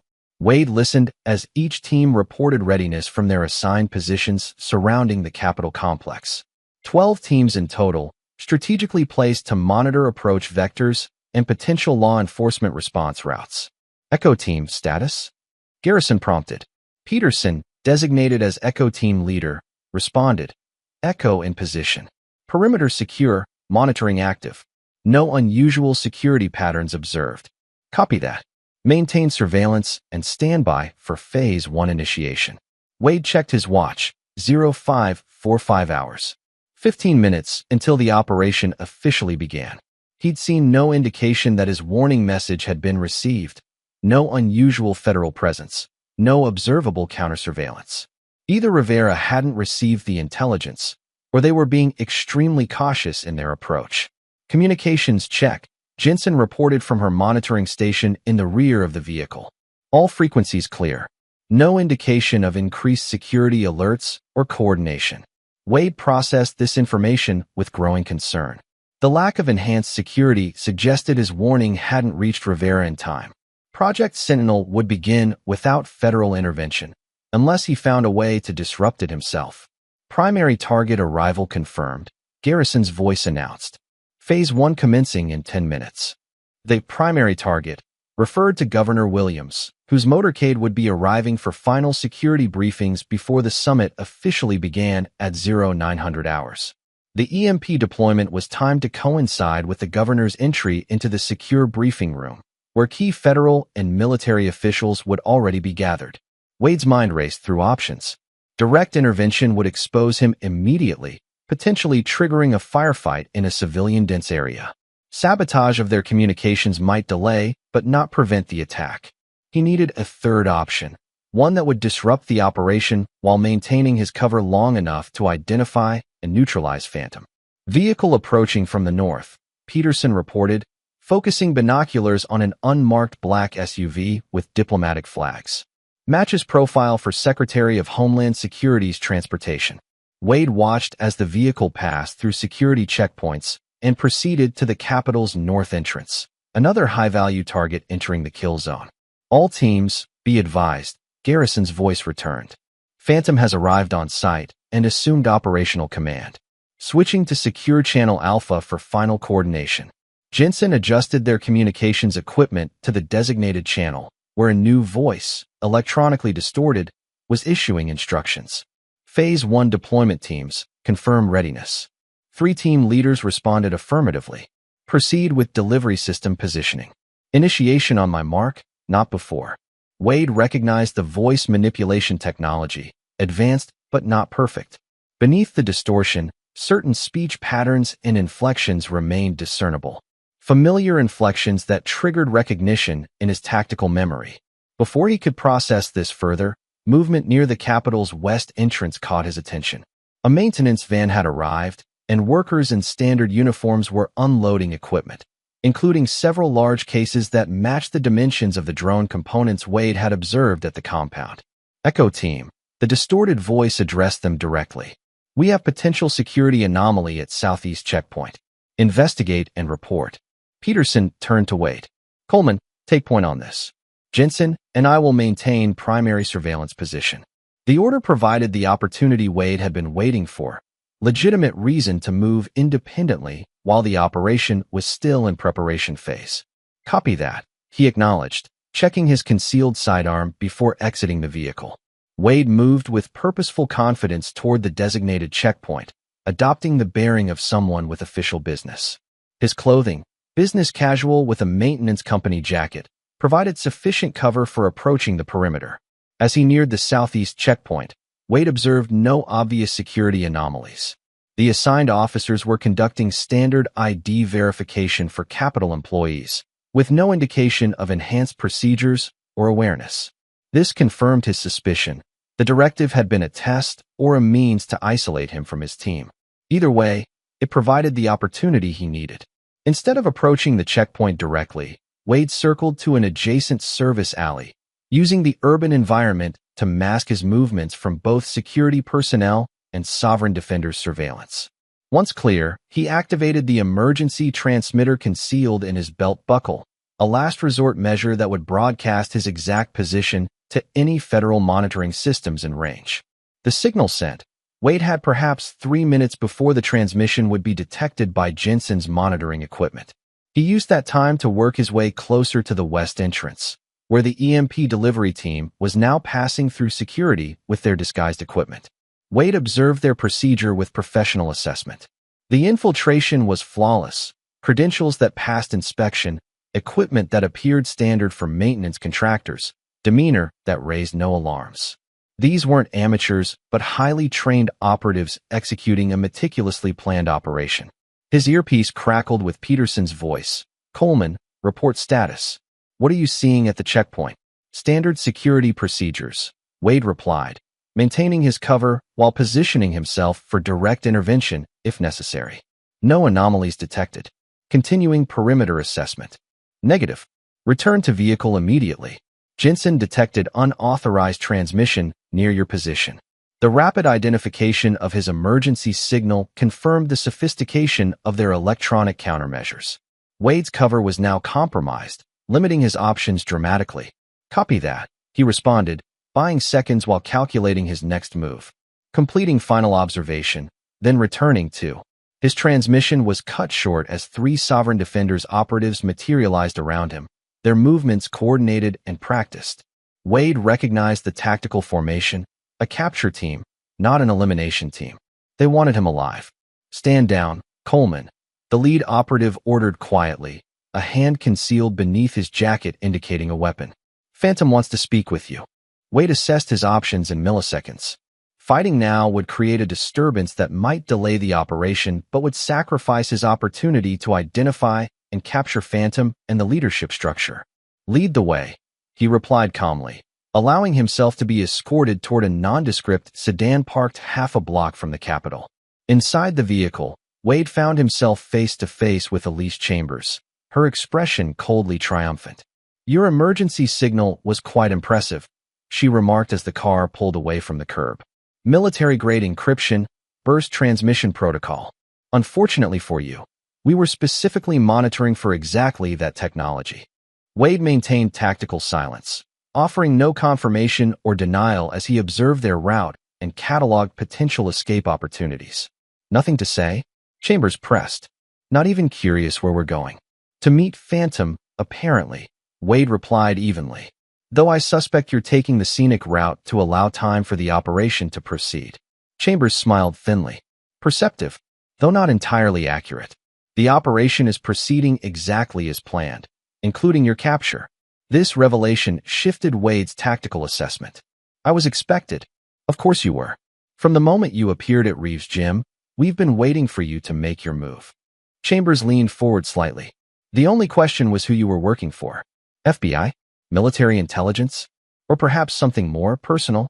The implication hung in the air between them, but Wade refused the bait, maintaining professional detachment as the sedan navigated through increasingly residential areas of the city. After 20 minutes of driving, they arrived at a modernist house nestled against a wooded hillside, architecturally striking but isolated from neighboring properties. Security measures were evident but discreet: motion sensors, reinforced entry points, surveillance cameras concealed as landscape lighting. Wade was escorted inside with professional efficiency, his hands now secured behind him with tactical restraints. The interior matched the exterior's sophisticated design: open spaces, minimalist furnishings. Chambers directed him to a chair in what appeared to be a home office, positioning herself across from him while the security team established perimeter positions. "Phantom will join us shortly," she informed him. "In the meantime, perhaps you'd like to reconsider your silence. Cooperation now could significantly improve your situation." "I doubt that," Wade replied, his mind working through escape scenarios while maintaining the conversation. "Sovereign Defenders don't strike me as the forgiving type. On the contrary, we value loyalty and competence above all, both qualities you've demonstrated, albeit in service to the wrong cause." Before Wade could respond, the door opened, and a familiar figure entered the room: Bryn Thornton, his wife. The shock must have registered on his face despite his training, because Chambers smiled with genuine amusement. "Ah, now we're getting somewhere," she observed. "Recognition at last." Bryn approached slowly, her expression unreadable as she studied Wade's face. For a long moment, neither spoke, the weight of revelation hanging between them. "Hello, Wade," she finally said, her voice controlled but tinged with something complex: anger, perhaps, or disappointment. Wade's tactical training warred with emotional shock. "Your Phantom." A small smile touched her lips. "Among other things." The grieving widow act was convincing, Wade managed, his mind recalibrating everything he thought he knew about his mission. The champagne celebration with Westbrook was a nice touch. "Necessary theatrics," Bryn replied dismissively. "Westbrook believes he's manipulating me for access to your military connections. In reality, he's been our useful idiot from the beginning, a convenient distraction for anyone watching me." The revelation shifted Wade's understanding yet again. "You knew I was alive." "Not immediately," Bryn admitted, "but I've had my suspicions since Lieutenant Reed's visit. The timing was too convenient, the phrasing too deliberate. Then our surveillance detected sophisticated monitoring equipment in our home. Military grade, not standard FBI issue." Wade reassessed the situation in light of this new information. Bryn hadn't been celebrating his death. She had been playing a role for whoever might be watching. The question remained: why? Project Sentinel, he said, testing her reaction. An EMP attack on the governor's security summit. That's your master plan. Bryn exchanged glances with Chambers before responding. That's what Westbrook and Garrison believe. The actual operation is somewhat more targeted, meaning that in approximately 30 minutes, the EMP device will indeed be deployed, Chambers explained. But its target isn't the entire Capitol complex. It's specifically calibrated to disable the security systems in the governor's secure conference room, where representatives from every agency that collaborated on Operation Sandstorm will be gathered. The code name triggered immediate recognition for Wade. Operation Sandstorm, the classified mission in Afghanistan that had supposedly claimed his life. Only it hadn't been in Afghanistan at all. You know, he said, the pieces finally falling into place. About the illegal drone strike that killed 27 civilians, including an entire wedding party? The one falsely attributed to Taliban forces to cover up a targeting mistake. Bryn's composure cracked slightly, revealing the rage beneath. Yes, Wade. I know. The revelation stunned him. The official story had been a Taliban ambush. He'd never heard anything about a drone strike or civilian casualties. How? I worked for the Defense Intelligence Agency before I opened that bookstore where you found me. Bryn replied, her voice hard. My civilian life was my cover. I was investigating corrupt elements within our own military, officers authorizing illegal operations and concealing civilian casualties. Wade processed this information against his memories of their relationship, the coincidental meeting, her immediate interest in him despite his frequent deployments, her comfortable acceptance of his classified work. Our marriage was part of your operation, he concluded, the personal betrayal cutting deeper than he would have expected despite everything. Initially, Bryn acknowledged, you had access to the command structure I was investigating. But things changed, Wade. What I felt for you became real. Real enough that you're now leading a domestic terrorist organization? Bryn's expression hardened. The sovereign defenders aren't terrorists. We're whistleblowers with the means to ensure we're heard. The EMP device won't harm anyone. It will simply prevent the people responsible for covering up Operation Sandstorm from leaving that room until our evidence has been broadcast to every major news outlet in the country. Evidence of what exactly? War crimes, Chambers interjected. Specifically, the deliberate targeting of civilian gatherings falsely identified as enemy combatants to justify continued military presence in strategic regions. Operation Sandstorm was just one of dozens. Wade's military discipline clashed with growing uncertainty. If you have evidence, why not go through proper channels? Military justice, congressional oversight. We tried. Bryn cut him off, genuine pain in her voice. For years, we documented, we reported, we followed every proper channel. And what happened? The evidence disappeared. Whistleblowers were discredited, or worse. Then they tried to kill you, Wade.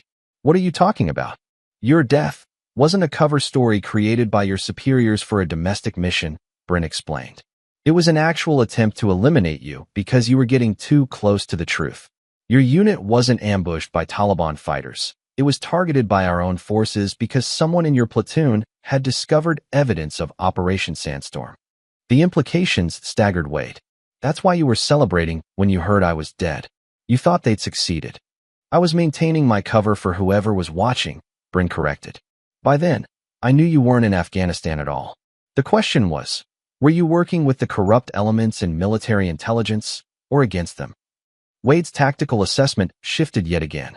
If what Bryn was saying was true, the mission parameters he'd been given by Colonel Lambert and Rivera might have been fabricated, a means of using him to identify and eliminate a legitimate whistleblower organization rather than domestic terrorists.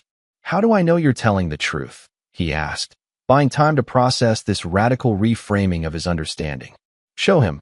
Bryn instructed Chambers, who produced a tablet and placed it in front of Wade. On the screen was classified military footage, drone targeting systems locking onto a gathering in what appeared to be a small village. Timestamp and coordinate data matched the date of his supposed death and the location of his last confirmed position in Afghanistan.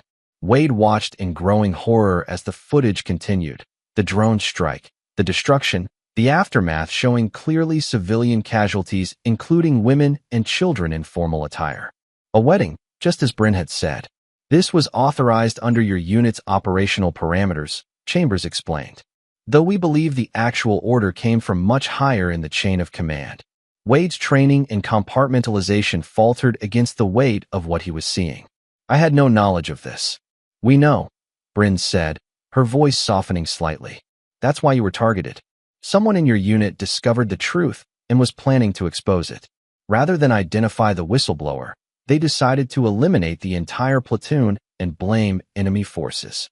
The tactical restraints around Wade's wrists suddenly felt insignificant compared to the moral constraints collapsing around him. Everything he believed about his mission, about his service, was being systematically dismantled. What happens now? He asked, his voice steady despite the internal turmoil. Now we complete Project Sentinel, Bryn replied. The EMP activates in 20 minutes, sealing the conference room.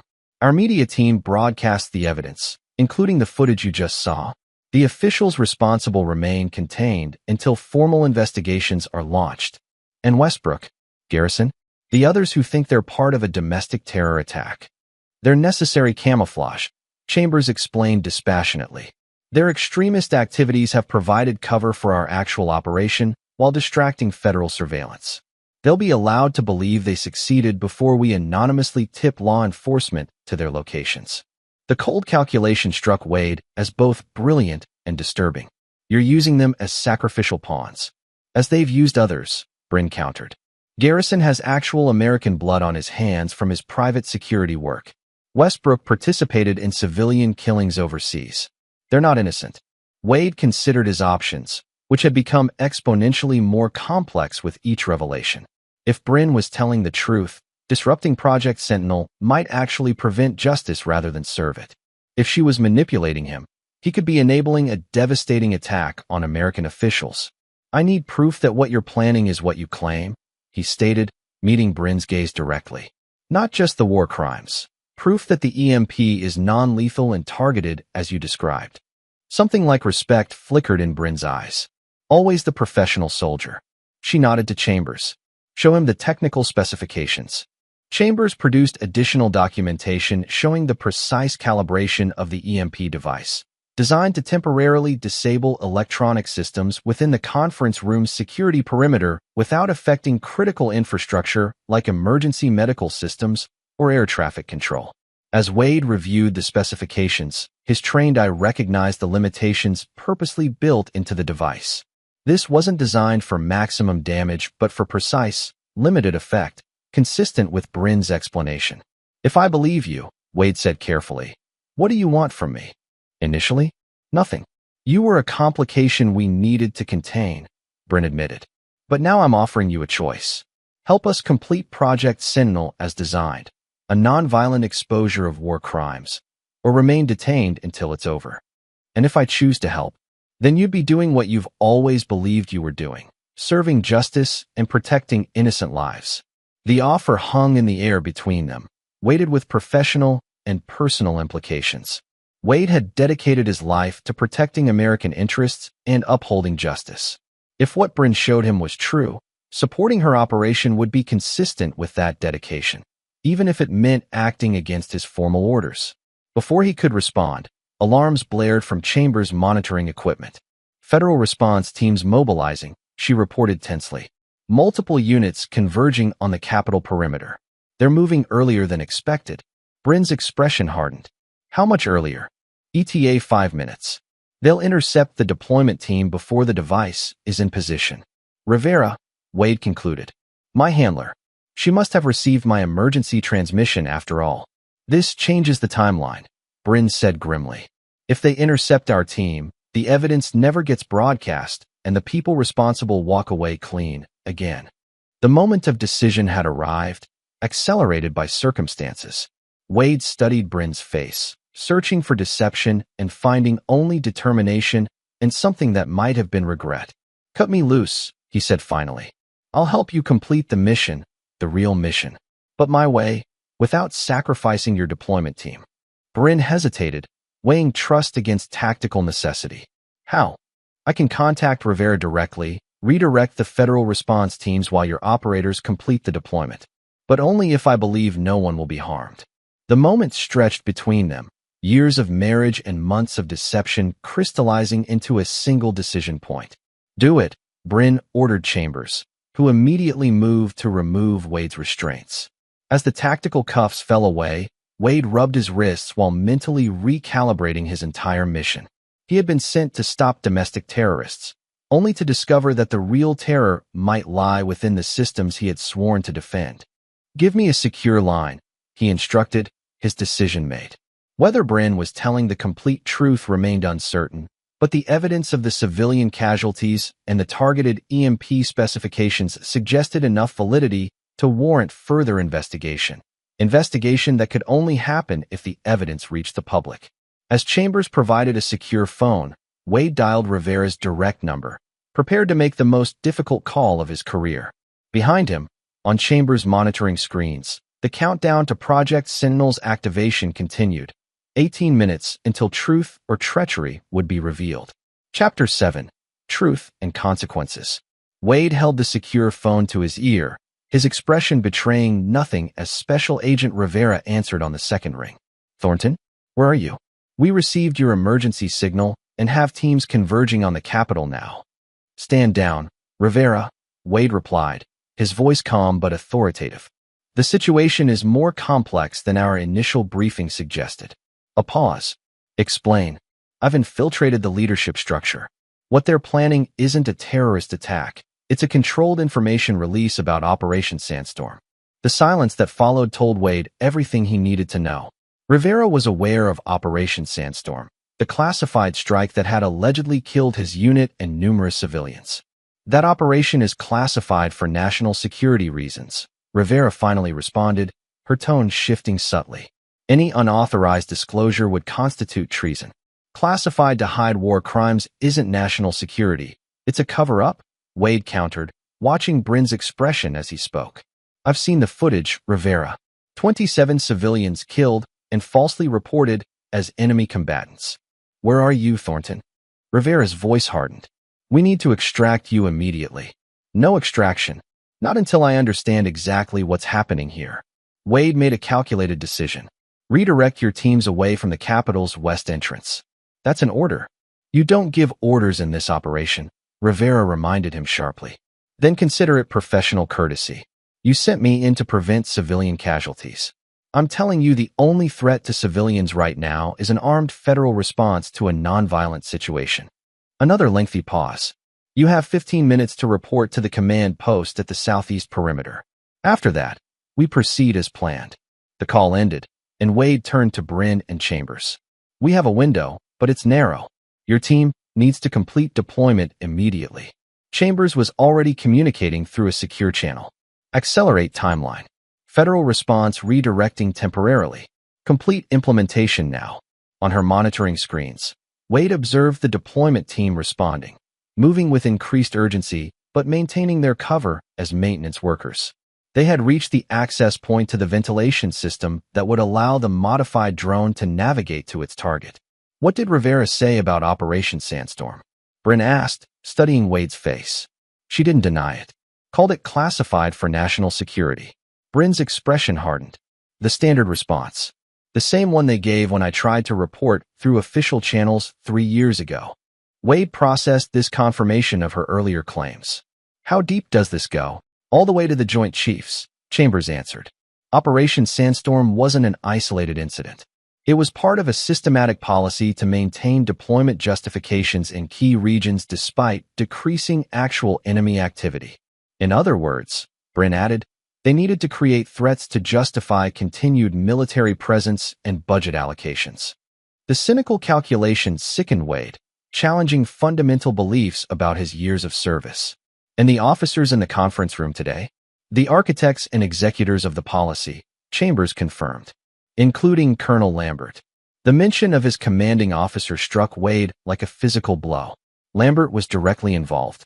"He authorized the strike that was supposed to kill you," Bryn said quietly. "When that failed, he created the domestic terrorism investigation to find and eliminate me and my organization before we could release the evidence." Wade's tactical mind cycled through the implications. If true, it meant Lambert had sent him to unknowingly hunt down and eliminate his own wife. a particularly twisted form of manipulation that would ensure Wade never discovered the truth about his near death in Afghanistan. Deployment team in position, Chambers reported, checking her monitors. EMP device ready for activation. Bryn turned to Wade, her expression both challenging and vulnerable. Last chance to stop this, Wade. But know that if you do, the evidence never sees daylight, and the people responsible continue ordering deaths like the ones you just saw. Wade studied the operational displays, noting the precision of the planned EMP deployment, targeted exclusively at the conference room's security and communications systems, with no risk to broader infrastructure or civilian safety. Proceed, he decided. But I want to be there when it happens. Bryn exchanged glances with Chambers before nodding agreement. We can reach the observation position in 10 minutes. The device activates in 12. As they prepared to depart, Wade's tactical awareness noted a critical detail on one of Chambers' monitors, an unmarked vehicle approaching the house from the main road. We have company, he warned, moving to the window for visual confirmation. The vehicle, a black SUV with tinted windows, matched Federal Tactical Team transportation. Rivera had tracked his call after all. We need to move. Now, Wade ordered, professional training overriding the lingering uncertainties about his decision. Is there a secondary exit? Underground garage, tunnel access to the neighboring property, Bryn confirmed, already moving toward a concealed door panel. Chambers, initiate security protocols. Chambers typed a rapid sequence into her computer system. Lockdown engaged. That will slow them down, but not for long. The three moved swiftly through the hidden passage to a garage containing several vehicles. Bryn selected a nondescript sedan with tinted windows, sliding behind the wheel while Wade took the passenger seat, and Chambers positioned herself in the rear with her communications equipment. Satellite link established, Chambers reported as they accelerated through the tunnel. Deployment team confirms final positioning. EMP activation in 10 minutes, 30 seconds. They emerged onto a residential street several hundred yards from the main house, just as Wade heard the distant sound of breaching charges, the federal team making entry. They'll have the plate numbers for all registered vehicles, he advised. We need to switch transportation before reaching the Capitol perimeter. Bryn nodded, navigating residential streets with practiced efficiency. Contingency vehicle staged 2 blocks from our observation point. Wade accessed the tactical situation with professional detachment despite the personal and ethical complexities. If Bryn was telling the truth, and the evidence he'd seen supported her claims, then completing Project Sentinel meant exposing war crimes and holding accountable those responsible for civilian deaths. If she was manipulating him, he could be enabling something far worse. The balance of probability, based on the evidence presented and Rivera's telling reaction, suggested Bryn's account was substantially accurate, which meant Wade's mission parameters had been deliberately falsified to make him an unwitting accomplice in covering up atrocities committed by his own chain of command. 7 minutes to activation. Chambers updated from the back seat, monitoring communications from the deployment team. Federal response units repositioning around the Capitol, but maintaining distance from the west entrance as requested. Bryn guided the sedan into an underground parking garage 6 blocks from the Capitol. Vehicle exchange here. They transferred quickly to a maintenance van identical to those used by legitimate Capitol service contractors. Bryn changed into a matching uniform, while Wade and Chambers donned similar attire. Maintenance credentials will get us through the perimeter security, Bryn explained, handing Wade and Chambers appropriate identification badges. Our observation position is a mechanical room overlooking the conference area. Wade examined the credential, a perfect forgery of Capitol maintenance staff identification, including security features that would pass cursory inspection. These are impressive. Military-grade counterfeiting. Former DI. Bryn reminded him with a hint of professional pride. We have resources. As they approached the Capitol's service entrance, Wade maintained situational awareness, identifying security personnel positions and tactical response options should the operation deteriorate. The maintenance van passed through perimeter security with minimal scrutiny, their credentials accepted, their vehicle given only a cursory inspection. Inside the Capitol service areas, they moved with purposeful efficiency, adopting the invisible presence of maintenance workers navigating the building's back corridors. Bryn led them through a series of service passageways to a mechanical room situated directly above the secure conference area. 3 minutes to activation, Chambers reported quietly, consulting her mobile device. Deployment team confirms device in position and armed. From their vantage point, Wade could observe the conference room through ventilation grates. The gathering inside included approximately 20 high-ranking military and homeland security officials, including, as promised, Colonel Lambert. The colonel stood near the head of the table, engaged in conversation with a senior official Wade recognized as the Deputy Secretary of Defense. The sight of Lambert, the man who had mentored him, who had reportedly authorized the strike that nearly killed him, who had sent him to hunt down his own wife, triggered a complex emotional response that Wade immediately compartmentalized. Personal feelings had no place in operational decisions. Final confirmation, Chambers whispered, receiving updates through her earpiece. Media packages prepared for distribution immediately following EMP activation. Evidence servers deployed across multiple secure locations. Bryn turned to Wade, her expression both determined and questioning. Last chance to object.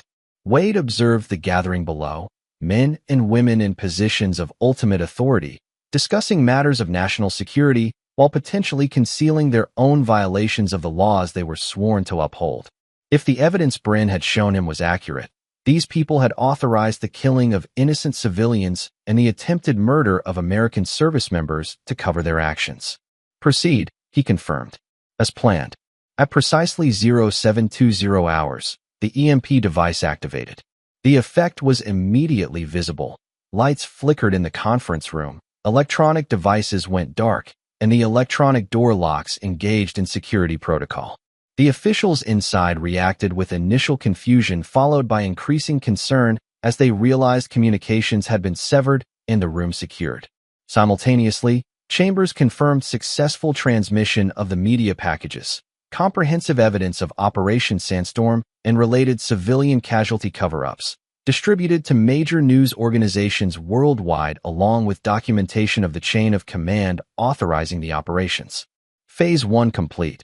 Chambers reported with professional satisfaction. Evidence successfully deployed. No casualties, no infrastructure damage beyond the targeted systems.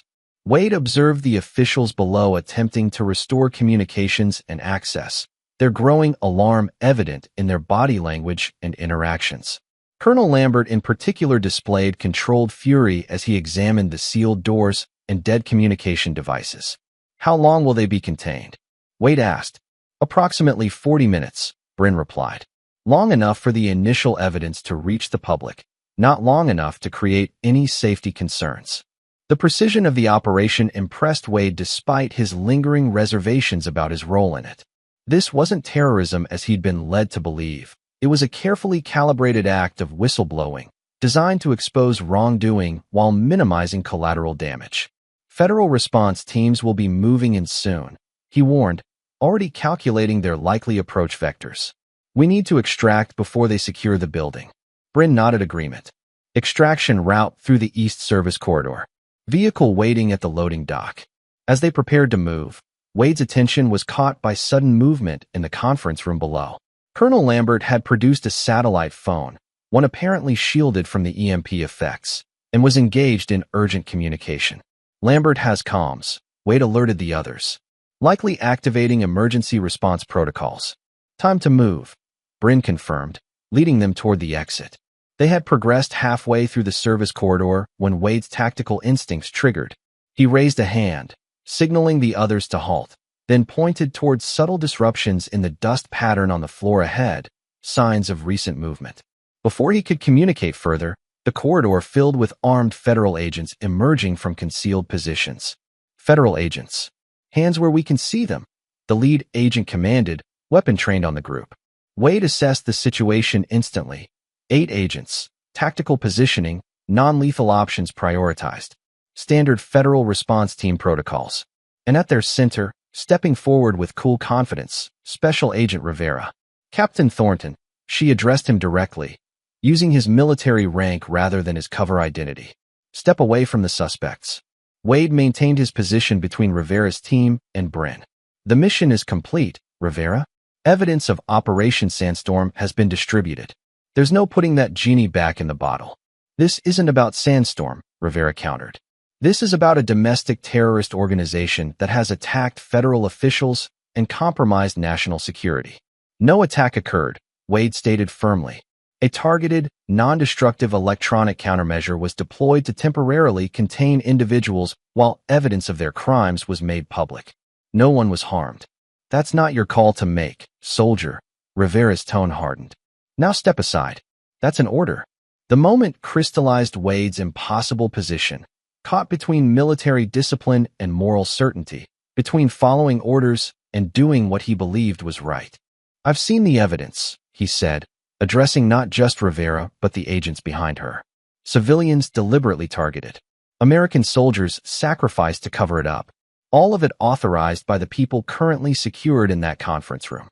Rivera's expression didn't change. Whatever you think you know has been manipulated by these people. They're using you, Thornton. Like Lambert used me? Wade challenged. Sent me to unknowingly hunt down my own wife after failing to have me killed in Afghanistan? A flicker of something, doubt, perhaps, crossed Rivera's face before her professional mask reasserted itself. This is your final warning. Step aside or be treated as a hostile. Wade made his decision. Slowly, deliberately, he raised his hands in surrender. I'll come with you. But only me. These people walk away. That's not how this works, Rivera replied. Everyone is being detained. Then you'll need to go through me, Wade said quietly. And I think we both know how that would end. The implicit threat hung in the air, not that Wade would fight, but that forcing the issue would reveal truths about Operation Sandstorm that certain powerful interests desperately wanted to remain hidden. Rivera studied him for a long moment, then made a subtle hand gesture to her team. The agents maintained their positions but adjusted their stance slightly, preparing for something. Colonel Lambert suggested you might be compromised, Rivera said, her tone shifting subtly. Emotionally manipulated by your connection to Bryn Thornton. I didn't want to believe it. Wade recognized the tactic, attempting to create doubt about his judgment. The evidence speaks for itself. 27 civilians killed in a deliberate strike, falsely reported as enemy combatants. My entire unit targeted to eliminate potential whistleblowers. And you believe this because your wife told you so? Rivera challenged. A woman who's been lying to you for years. I believe it because I've seen the footage, Wade countered. Unedited drone footage showing the strike and its aftermath. Footage that matches the exact date and coordinates of my unit's supposed ambush. Rivera's expression tightened almost imperceptibly. Captain Thornton, I'm giving you one last opportunity to comply with federal authorities. And I'm giving you one opportunity to be on the right side of history, Wade replied evenly. The evidence is already public. Journalists worldwide are receiving it as we speak. The question isn't whether this comes out. It's whether you're remembered as part of the cover-up or part of exposing the truth. A tense silence stretched between them, broken finally by Rivera's secure phone ringing. She answered without taking her eyes off Wade, listening briefly before her expression changed subtly. Understood, she said tersely, ending the call before addressing her team. Stand down. Containment protocols only, no arrests. The sudden shift surprised everyone except Wade, who had been watching Rivera's expressions. Something had changed, likely news that the evidence had indeed reached major media outlets, forcing a tactical repositioning by whoever was coordinating the response. Smart decision, Wade acknowledged, slowly lowering his hands. This isn't over, Rivera warned, though some of the certainty had left her voice. You've made choices today that will have far-reaching consequences. I'm counting on it, Wade replied. As the federal agents adjusted their positions to secure the corridor without directly engaging, Wade guided Bryn and Chambers toward the exit, maintaining tactical awareness of potential threats. They're letting us walk? Chambers whispered incredulously. For now, Wade confirmed. Someone higher up has realized that arresting whistleblowers after the evidence is already public would only validate the claims. They're shifting to damage control. They reached the loading dock without further confrontation, finding their extraction vehicle waiting as planned. Only when they were safely away from the capital did Bryn finally speak. You chose us over them, she said quietly, studying Wade's profile as he drove. Over your mission, your orders. I chose the truth, Wade corrected. The evidence was compelling. My mission was based on false parameters. And now, Wade considered the question carefully. Now we need to ensure the evidence is properly understood and acted upon, and prepare for the counterattack that's inevitably coming. Chambers, monitoring secure communications from the back seat, provided an update. First media reports beginning to emerge. CNN, Washington Post, and Reuters all running breaking stories about alleged war crimes and military cover-ups. And the deployment team? Bryn asked. Extracted safely. No casualties on either side. Wade navigated through side streets, avoiding main thoroughfares where federal response would be concentrated. We need to assume all previously secure locations are compromised. Where's your contingency point? Bryn hesitated briefly before responding. Cabin in the Allegheny Mountains. Off-grid, defensible, stocked for extended occupation if necessary. That's our destination then, Wade decided. But first, we need to address Westbrook and the Sovereign Defenders. They think they've participated in a domestic terror attack. That makes them dangerous and unpredictable. Bryn nodded agreement. Chambers, initiate protocol sundown. Chambers immediately began transmitting coded instructions through her secure communication device. Activating now. All defender cells will receive automated stand-down orders with extraction coordinates leading to prepared interception points. Where law enforcement will be waiting, Wade concluded, understanding the strategy. Clean and efficient. They serve their purpose, Bryn replied without remorse. And as I said before, they're not innocent. Garrison and his followers have American blood on their hands from private security operations overseas and domestic extremist activities. Wade processed this with professional detachment. And Westbrook? A cold smile touched Bryn's lips. A special case. His extraction coordinates lead directly to a federal monitoring station, along with complete evidence of his involvement in civilian killings in Syria, the real reason for his dishonorable discharge. The tactical elegance of the plan impressed Wade despite his moral reservations. Bryn had orchestrated a multi-layered operation that used genuine extremists as cover for a legitimate whistleblowing operation, then ensured those extremists would be apprehended while the actual evidence reached the public. As they left the city limits, Wade's tactical mind shifted to their immediate future. Once the initial reports break, there will be massive efforts to discredit the evidence and the sources. We need to prepare for that. Already in motion, Chambers reported from the back seat. Secondary evidence packages prepared for release if official denials begin, including testimonials from surviving family members of the sandstorm victims and corroborating statements from military personnel who objected to the operations. The thoroughness of their preparation confirmed what Wade had begun to suspect.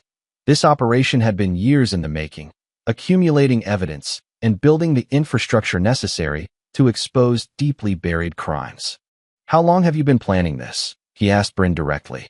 Since I discovered you were the target of a kill order disguised as a mission, she answered, her voice tight with controlled emotion.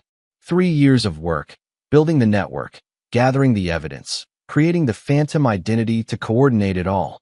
Wade absorbed this information, reconciling it with his memories of their marriage, all while maintaining our relationship as cover.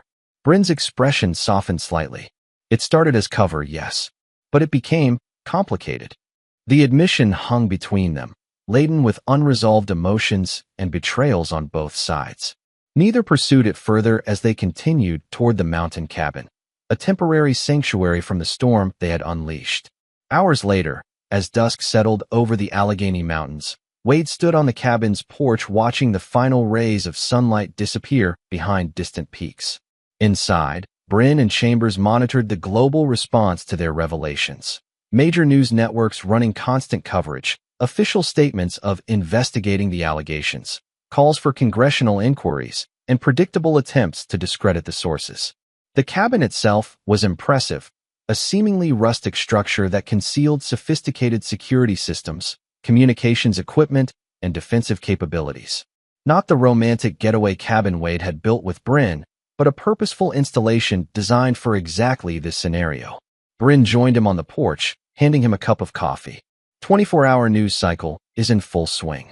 The Pentagon has issued 3 contradictory statements in the past 2 hours. Wade accepted the coffee with a nod of thanks.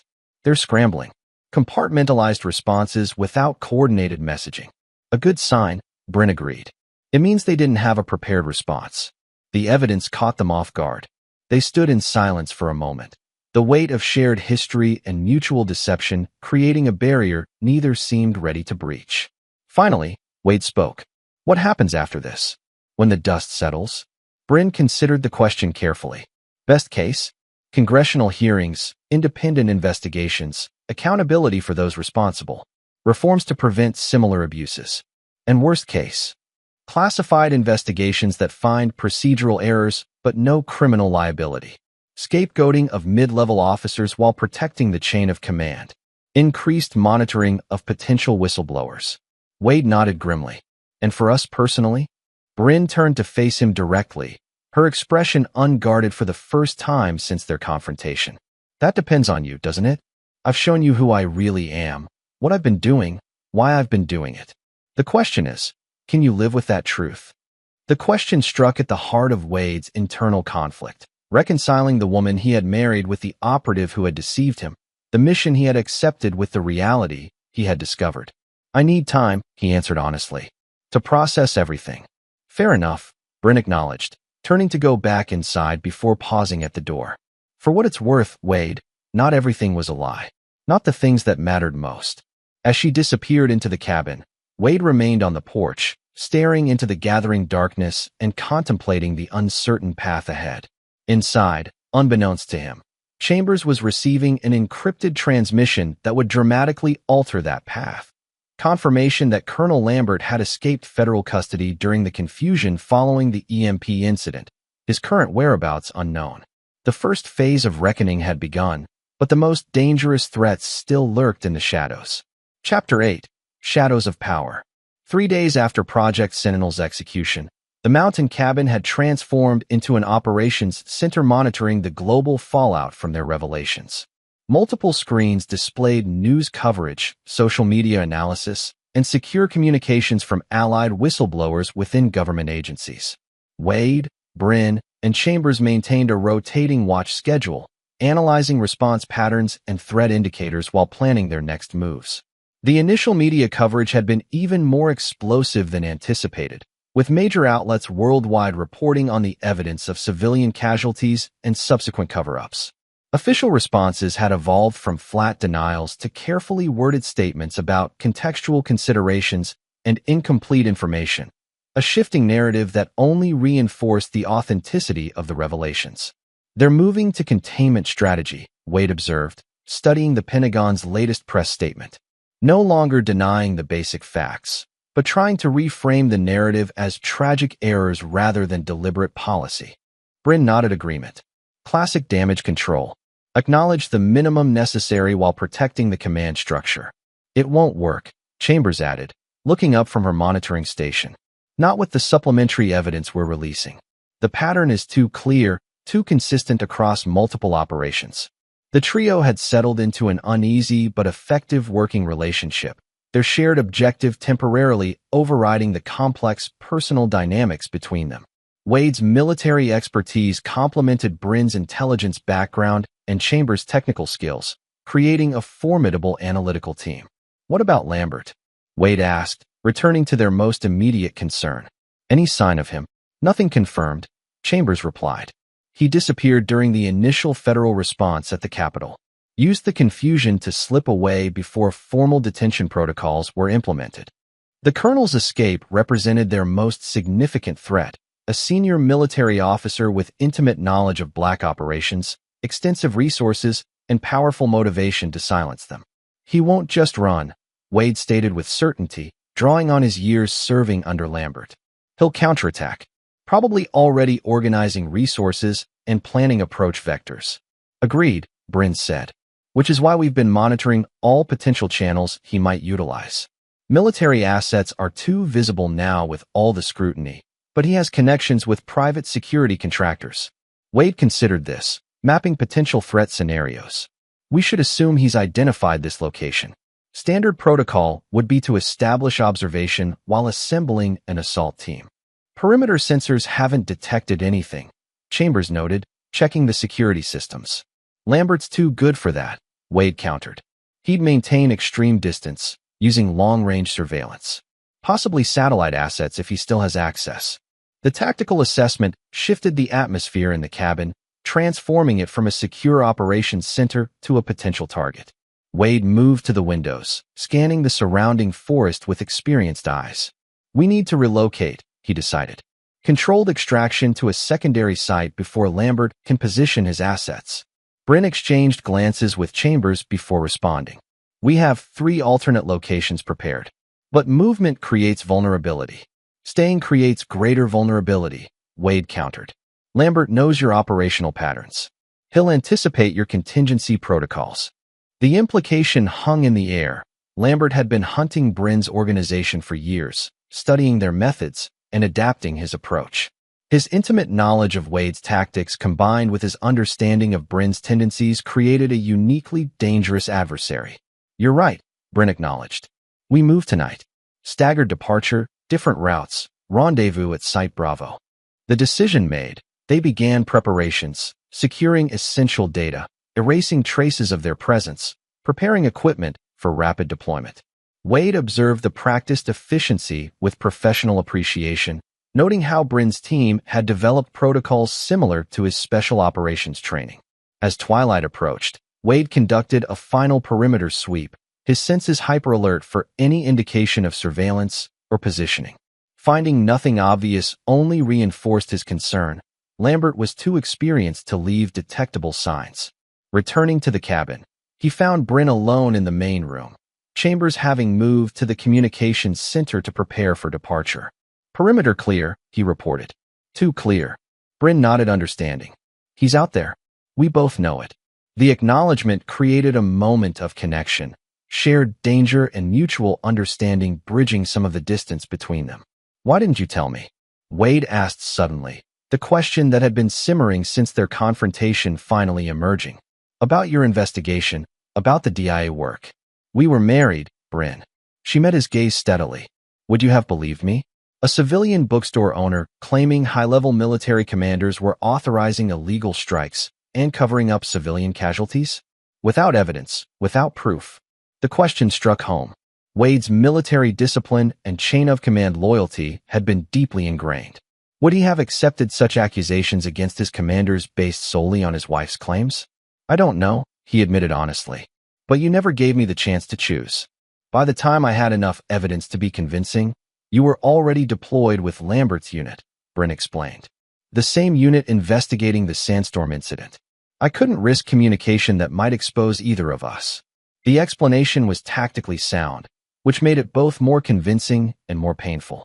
Their relationship had been subject to the same strategic calculations as any military operation. And after? When I died, and then returned as a ghost to hunt you down. Bryn's expression tightened. I didn't know it was you at first.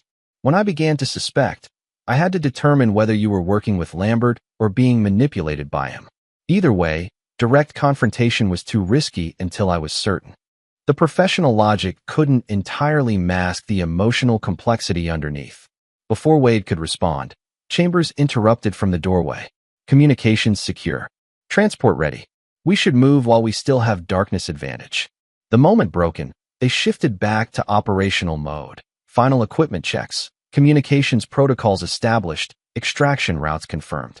They would depart separately, using 3 different vehicles and routes to reach the secondary safe house approximately 70 miles northwest. I'll take point, Wade volunteered. Draw any potential surveillance while you two establish secure position at the rendezvous. Bryn shook her head. Too predictable. Lambert would expect you to protect us. I'll take point. Chambers follows 30 minutes later on the secondary route. You depart last, using the forest trail. The strategic assessment was sound, though Wade recognized the additional motivation, Bryn maintaining operational control rather than ceding leadership to him. Agreed, he conceded. But maintained strict communications discipline. No contact unless absolutely necessary. As final preparations completed, Wade pulled Bryn aside for a last word. If Lambert makes contact with you, I can handle Lambert, she interrupted firmly. Not alone, Wade countered. He's not just coming to capture you. He's coming to erase everything. You, the evidence, the entire operation. Something in his tone reached her, and Bryn nodded acknowledgement. I'll proceed with appropriate caution. See you at the rendezvous. At precisely 2,200 hours, Bryn departed in a modified Jeep Cherokee, taking the main access road toward the highway. 30 minutes later, Chambers followed in a nondescript sedan, using a secondary forest road that eventually connected to a different highway entrance. Wade remained in the cabin, monitoring passive sensors and preparing for his own departure. His route, a narrow trail accessible only by specialized off-road motorcycle, would be the most physically demanding but provided the greatest concealment. At 2,315 hours, with no indication of pursuit or surveillance of the earlier departures, Wade initiated final shutdown protocols for the cabin systems. As he prepared to depart, a subtle anomaly caught his attention, a momentary fluctuation in the perimeter power system, almost imperceptible but significant to his trained awareness. Instead of proceeding with departure, Wade immediately shifted to counter-surveillance mode, killing all lights and moving to a concealed observation position with clear sight lines to the cabin's approaches. For 20 minutes, nothing moved in the darkness. Then, that validated Wade's suspicions, for figures materialized from the surrounding forest, tactical operators moving with the disciplined silence of special operations training. Lambert's team had arrived, using the earlier departures to mask their approach. They had allowed Bryn and Chambers to leave, focusing instead on the cabin itself, likely believing all three occupants remained inside, or perhaps specifically targeting Wade. From his hidden position, Wade observed their movement patterns and equipment, military-grade weapons with suppressors, night vision systems, tactical communications. Not federal agents or standard military, but private contractors with specialized training. Lambert had assembled an elimination team, not a capture operation. The team established positions around the cabin, communicating through hand signals rather than electronics that might be detected. Their approach suggested familiarity with the layout, intelligence provided by Lambert based on previous surveillance. Wade calculated his options, recognizing both tactical opportunity and danger. If Lambert's team believed all three targets remained in the cabin, then Bryn and Chambers might reach the rendezvous point safely. Conversely, if they had separate teams tracking each departure, his companions could be heading into ambushes. After careful consideration, Wade made his decision. Rather than attempting immediate escape, he would engage Lambert's team directly, eliminating the immediate threat while obtaining intelligence about broader operational parameters. Moving with the silent efficiency that had made him an elite operator, Wade circled to approach from behind the team's apparent leader. The four-man squad had now advanced to breach positions around the cabin, preparing for simultaneous entry. Wade closed distance with the rear security operator, then executed a precise takedown, hand covering the mouth while applying carotid pressure to render the man unconscious without sound or struggle. Securing the incapacitated operator with tactical restraints, Wade appropriated his communications equipment and proceeded toward the next target. The second operator fell similarly, never detecting Wade's approach until the takedown was complete. 2 down, 2 remaining, including the team leader now preparing the breach charge for the cabin's reinforced door. Wade's approach to the third operator was interrupted by an unexpected development, a fifth team member emerging from deeper forest coverage, moving to reinforce the breach team. The newcomer's different movement pattern and equipment suggested higher authority, possibly team commander rather than standard operator. Adjusting his plan, Wade changed position to observe this new factor, using the captured communications equipment to monitor team frequencies. What he heard confirmed his suspicions. Breach in 30 seconds, came the team leader's voice. Confirm kill authorization. Confirmed, replied the commander, his voice chillingly familiar despite electronic distortion. No survivors, no evidence. Complete sanitization. Colonel Lambert had not only dispatched the team, he was personally commanding the operation. The revelation shifted Wade's tactical approach entirely. Rather than continuing the systematic elimination of team members, he now focused directly on Lambert, the ultimate threat and the key to understanding the full scope of the operation against them. As the breach team prepared for entry, Wade circled to approach Lambert's position, utilizing terrain and shadow to mask his movement. Lambert maintained command position slightly removed from direct action, standard procedure for field officers, allowing operational oversight without direct engagement. When the breach charge detonated, temporarily focusing all attention on the cabin entry, Wade made his move, emerging from concealment directly behind Lambert. "Hello, Colonel," he said quietly, pressing his appropriated sidearm against Lambert's back. "Seems we have some unfinished business." Lambert stiffened but didn't turn, his voice betraying only mild surprise. "Captain Thornton, I had wondered if you were still inside." "Disappointed?" "Professional curiosity," Lambert replied with unsettling calm. "You've clearly chosen your side in this unfortunate situation." "I chose the truth," Wade countered, maintaining tactical advantage while the breach team cleared the empty cabin.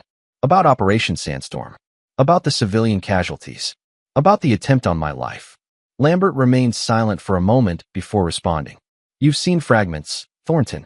Pieces manipulated to create a specific narrative. There's a bigger picture you're not seeing."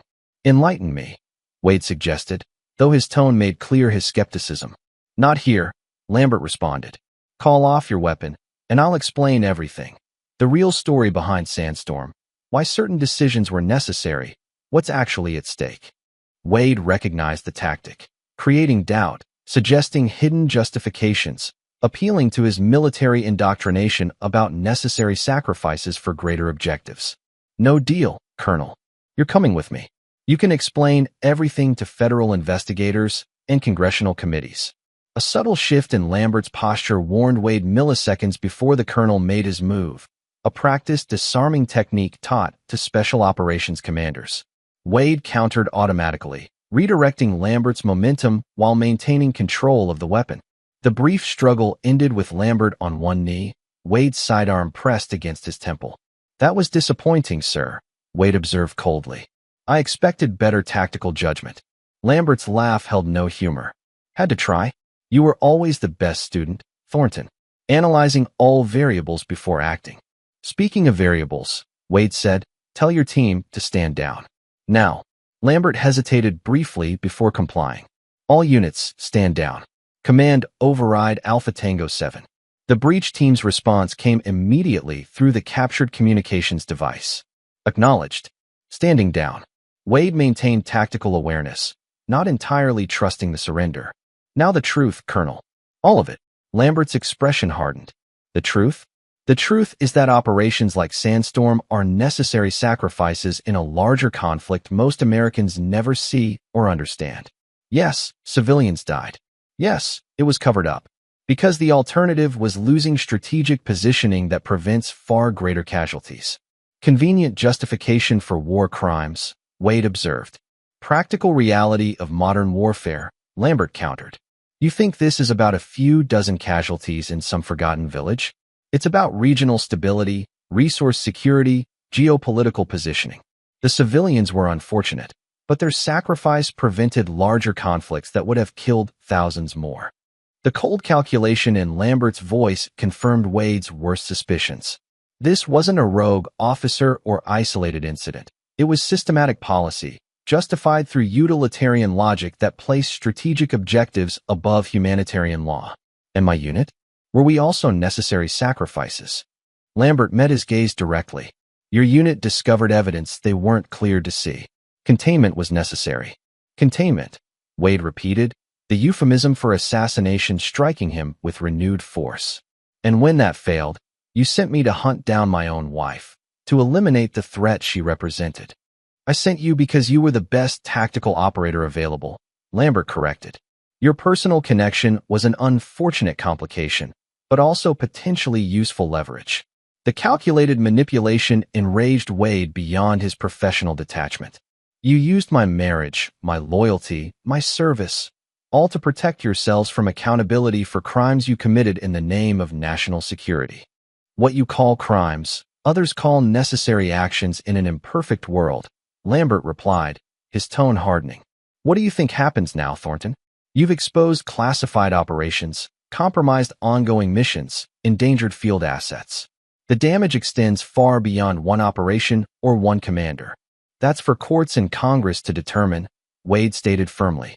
Not for officers who violated their oath to decide unilaterally. Lambert's expression shifted slightly, a subtle calculation Wade recognized from countless mission briefings. You really believe this ends with justice, don't you?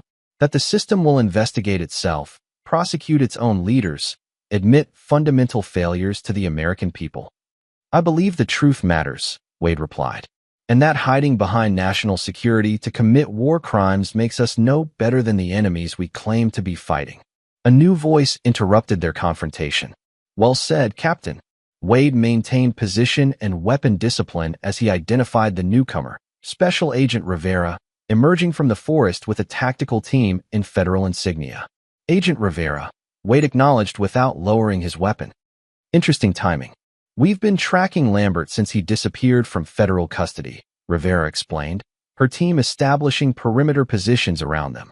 Your departure from the cabin provided the opportunity we needed. Lambert's bitter laugh conveyed his understanding. You used Thornton as bait. Clever. Not bait, Rivera corrected. An ally with aligned interests. She approached, addressing Wade directly. You can lower your weapon, Captain. Colonel Lambert is now in federal custody. Wade maintained position for another moment, studying Rivera carefully. Last time we spoke, you were defending classified operations and suggesting I'd been compromised. Tactical necessity, she replied unapologetically. We needed to maintain operational security while positioning assets to capture Lambert and his collaborators.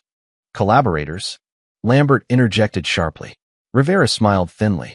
7 senior officers taken into custody simultaneously across 3 states. The Joint Operations Subcommittee has been dismantled, all personnel placed on administrative leave pending investigation. The scale of the operation stunned Wade even as he processed the implications. You knew. About Sandstorm, about the cover-up. You were investigating internally. For 18 months, Rivera confirmed. Building a case while navigating political interference and institutional resistance. Your wife's operation accelerated our timeline, but ultimately aligned with our objectives. Lambert's expression had transformed from confident authority to cold calculation. This won't end as cleanly as you think, Rivera. There are layers of protection and precedent that will prevent any meaningful prosecution. Perhaps, Rivera acknowledged. But the evidence is public now. Multiple agencies involved, congressional oversight engaged, international partners asking uncomfortable questions. The old playbook of classified investigations and administrative solutions won't work this time.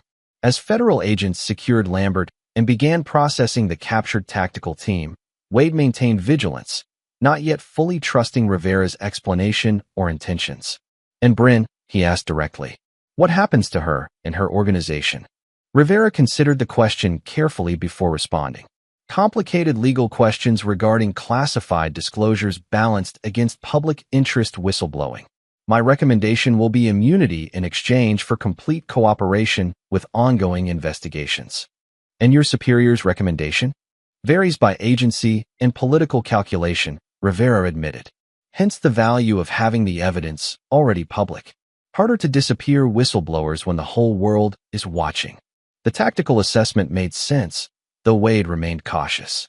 Where is she now? Safe, Rivera replied. As is Dr. Chambers. They reached the rendezvous point without incident, where my colleagues made contact and explained the situation. Wade processed this information, recognizing both opportunity and continued risk. Lambert's capture represented significant progress, but powerful interests remained invested in containing the damage and limiting institutional accountability. What happens next? He asked, holstering his weapon as Lambert was escorted to a waiting federal vehicle. Formal statements, evidence processing, preliminary hearings, Rivera outlined. The public phase of accountability. Meanwhile, less visible operations continue to secure additional evidence and protect vulnerable witnesses. Wade understood the subtext. The visible legal proceedings would be accompanied by ongoing intelligence operations against those attempting to obstruct justice or eliminate threats to their positions. And my role? Rivera studied him thoughtfully. That depends on where your loyalties ultimately lie, Captain. With the institutions you've served, or with the principles they're meant to uphold. The distinction crystallized Wade's internal conflict. The career soldier's instinct to defend his organization versus the sworn officer's duty to uphold constitutional principles and international law. My loyalty is to my oath, he replied finally. To defend the Constitution against all enemies, foreign and domestic, including those hiding behind stars and security clearances. Rivera nodded approval. Then your expertise would be valuable in the investigations ahead. Your first-hand knowledge of command structures and operational protocols could help identify accountability gaps and systemic failures. As the federal team completed their processing of the scene, Wade made his decision. I'll help with the investigation. But first, I need to see Bryn. Understood, Rivera agreed. We'll arrange secure transport to her location. But understand, Captain, whatever personal relationship existed between you is now complicated by national security and legal considerations. The warning was unnecessary. Wade had already recognized the profound changes in his marriage and his understanding of Bryn. The woman he had married and the operative he had discovered were both real aspects of a complex person navigating extraordinary circumstances. Whether any foundation remained for rebuilding trust, professional or personal, remained to be seen. But facing that question required first ensuring the truth was fully exposed and justice appropriately served. As dawn broke over the mountains, Wade departed with the federal team, leaving behind the cabin that had housed so many secrets and deceptions. Ahead lay the challenge of reconciliation, with the truth, with his wife, and with his own role in a system that had betrayed its fundamental principles. Lambert's capture represented only the first phase of a reckoning that would challenge institutions and individuals alike.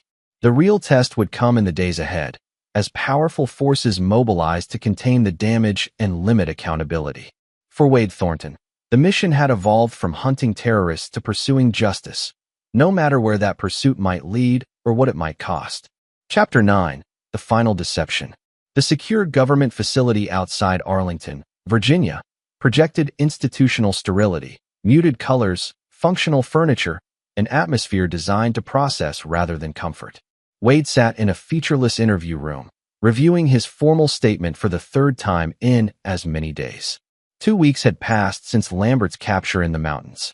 2 weeks of debriefings, evidence reviews, and carefully choreographed legal proceedings as multiple government agencies struggled to contain the fallout from the Sandstorm revelations.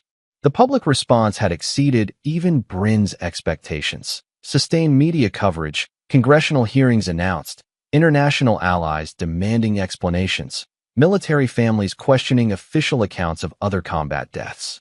The foundations of institutional secrecy had cracked, allowing long-suppressed truths to emerge. Wade had contributed his expertise to the investigation, detailing command structures, operational protocols, and accountability failures that had enabled the systematic cover-up. His testimony, combined with Bryn's evidence and Rivera's internal investigation, had created a comprehensive picture of corruption reaching the highest levels of military and civilian leadership. Yet for all the professional progress, personal resolution remained elusive. His interactions with Bryn had been limited to formal debriefing sessions and carefully monitored meetings, necessary procedural requirements rather than opportunities for genuine reconciliation. The door opened, interrupting his thoughts as Rivera entered, her expression uncharacteristically approachable. "Final review complete?" she asked, taking the seat across from him. Wade nodded, sliding the signed statement across the table. "Everything accurate and complete, though I notice certain operational details have been carefully omitted." "Standard procedure," Rivera acknowledged without apology. "Some aspects remain classified despite the broader disclosures." "Convenient," Wade observed, preserving institutional deniability while appearing transparent. Rivera didn't disagree. Politics and national security require certain compromises. "You know this, Captain." "I know it's those same compromises that allowed Sandstorm to happen," Wade countered. "Compartmentalized information, limited oversight, selective accountability." The criticism hung between them, highlighting their different perspectives despite shared objectives. Rivera had worked within the system to expose corruption. Wade had been forced outside it to discover truth. After a moment, Rivera changed subjects. "The plea agreements have been finalized. Lambert and 3 senior officers will face military tribunal for violations of the laws of armed conflict. 4 civilian officials will face federal prosecution for obstruction and conspiracy charges. And the political appointees who authorized the operations?" Rivera's expression tightened slightly. Administrative censures, mostly. Insufficient evidence for criminal charges given their careful distance from operational details. The familiar pattern of institutional self-protection sparked Wade's frustration. The architects walk while the implementers take the fall. Some justice is better than none, Rivera replied pragmatically. And the systemic reforms being implemented will help prevent similar abuses moving forward. Wade acknowledged the partial victory while recognizing its limitations. And what about Bryn and her organization? Immunity agreements finalized yesterday, Rivera confirmed. Full cooperation in exchange for no prosecution for classified disclosures. They're being processed as whistleblowers rather than security threats. Relief mixed with lingering concern in Wade's response. And Westbrook, the sovereign defenders. Westbrook is in federal custody, facing multiple charges related to domestic terrorism planning. The various defender cells have been dismantled, their members arrested or under surveillance. The compartmentalized resolution satisfied Wade's professional assessment while leaving personal questions unanswered. When can I see her? Without monitors and procedural restrictions. Rivera studied him carefully before responding. That's actually why I'm here. Your security clearance has been reinstated with certain limitations. You're being released from protective custody, effective immediately. The unexpected development suggested significant changes in the investigation status. Why now? The critical evidence has been secured, key statements recorded, preliminary hearings scheduled, Rivera explained. And certain parties have determined that your continued cooperation is best ensured by accommodating your personal priorities. The calculated pragmatism was unsurprising but still somewhat distasteful. In other words, I've provided what they needed, so now I get what I want. Politics and procedures, Rivera replied with a hint of sympathy. The system isn't perfect, but it's what we have to work with. Wade couldn't argue the point. For all its flaws, the legal and political system was attempting to address profound failures and hold at least some accountable. Partial justice remained preferable to none. So what happens next? He asked, setting aside philosophical objections for practical considerations. You're free to leave the facility. Ms. Thornton has been similarly released from protective monitoring. A secure residence has been arranged for both of you if desired, though you're not obligated to use it. The careful phrasing acknowledged the uncertainty of their personal relationship without forcing premature decisions. And my military status? Technically active duty, special assignment to the investigation task force, Rivera explained. After the preliminary hearings, you'll have options: continued service in a different capacity, honorable discharge with full benefits, or various transition programs. The professional path forward seemed remarkably accommodating given the circumstances, recognition perhaps of his value as a cooperative insider witness rather than a hostile whistleblower. Where is she now? Wade asked, returning to his primary concern. Waiting in the facility's secure lounge, Rivera replied. Her choice. She wanted to give you space to make your own decision about meeting. The consideration was characteristic of Bryn's tactical thinking, analyzing variables and allowing others to determine engagement parameters. In this case, respecting Wade's agency in their first truly private interaction since the revelations. I'd like to see her, Wade decided. Rivera nodded, standing to lead him from the interview room. As they navigated the facility's sterile corridors, she offered a final observation. For what it's worth, Captain, I believe she was telling the truth about her feelings toward you becoming real beyond the initial operational parameters. Her actions during the investigation demonstrated consistent concern for your welfare and reputation. The unexpected personal assessment from the usually professional Rivera suggested an evolved understanding of the complex situation, recognition that human relationships rarely fit neatly into operational categories of asset and target. Thank you, Wade acknowledged, appreciating the insight while maintaining his own counsel on matters of the heart. The secure lounge proved less institutional than the interview rooms. Comfortable seating, natural light from secured windows, an attempt at creating neutral ground for sensitive conversations. Bryn sat alone near the windows, her posture straight but not rigid, her expression thoughtful as she gazed at the carefully landscaped perimeter. Rivera departed with a professional nod, leaving Wade to cross the threshold alone. At the sound of the door, Bryn turned, her eyes meeting his with an openness he hadn't seen since before his supposed death. Wade, she greeted simply, neither approaching nor retreating. "Bryn," he replied, moving to sit across from her, close enough for intimacy, with space remaining for necessary boundaries. For a long moment, neither spoke, the weight of shared history and mutual deception creating both connection and distance between them. Finally, Bryn broke the silence. "Rivera says you've been extremely helpful to the investigation, that your testimony corroborated key elements of our evidence." "It was the right thing to do," Wade replied. "Once I understood what had really happened, there wasn't any other choice." A small smile touched her lips. Always the honorable soldier, even when the institution betrayed that honor. "The institution is made of people," Wade observed. "Some corrupt, some complicit, some courageously trying to correct course. Just like your organization." The parallel wasn't lost on Bryn, who nodded acknowledgement. "Fair assessment. We each chose different paths towards similar objectives. With very different methods," Wade noted, not accusatory but establishing factual boundaries. "Necessary adaptations to institutional resistance," Bryn countered. "We tried official channels first. For years, the evidence was buried, witnesses reassigned or discredited, investigations administratively closed without resolution. The defense was both personal justification and objective reality. A system designed to protect itself had forced alternative approaches to accountability." "I believe you," Wade said simply. "About trying proper channels first. About the evidence being suppressed. About the necessity of public disclosure." Relief flickered across Bryn's features before her natural reserve reasserted itself. But I'm still processing the personal aspects," Wade admitted honestly. "The marriage built on operational parameters. The calculated deception maintained for years." Bryn's expression softened with genuine regret. "That's fair.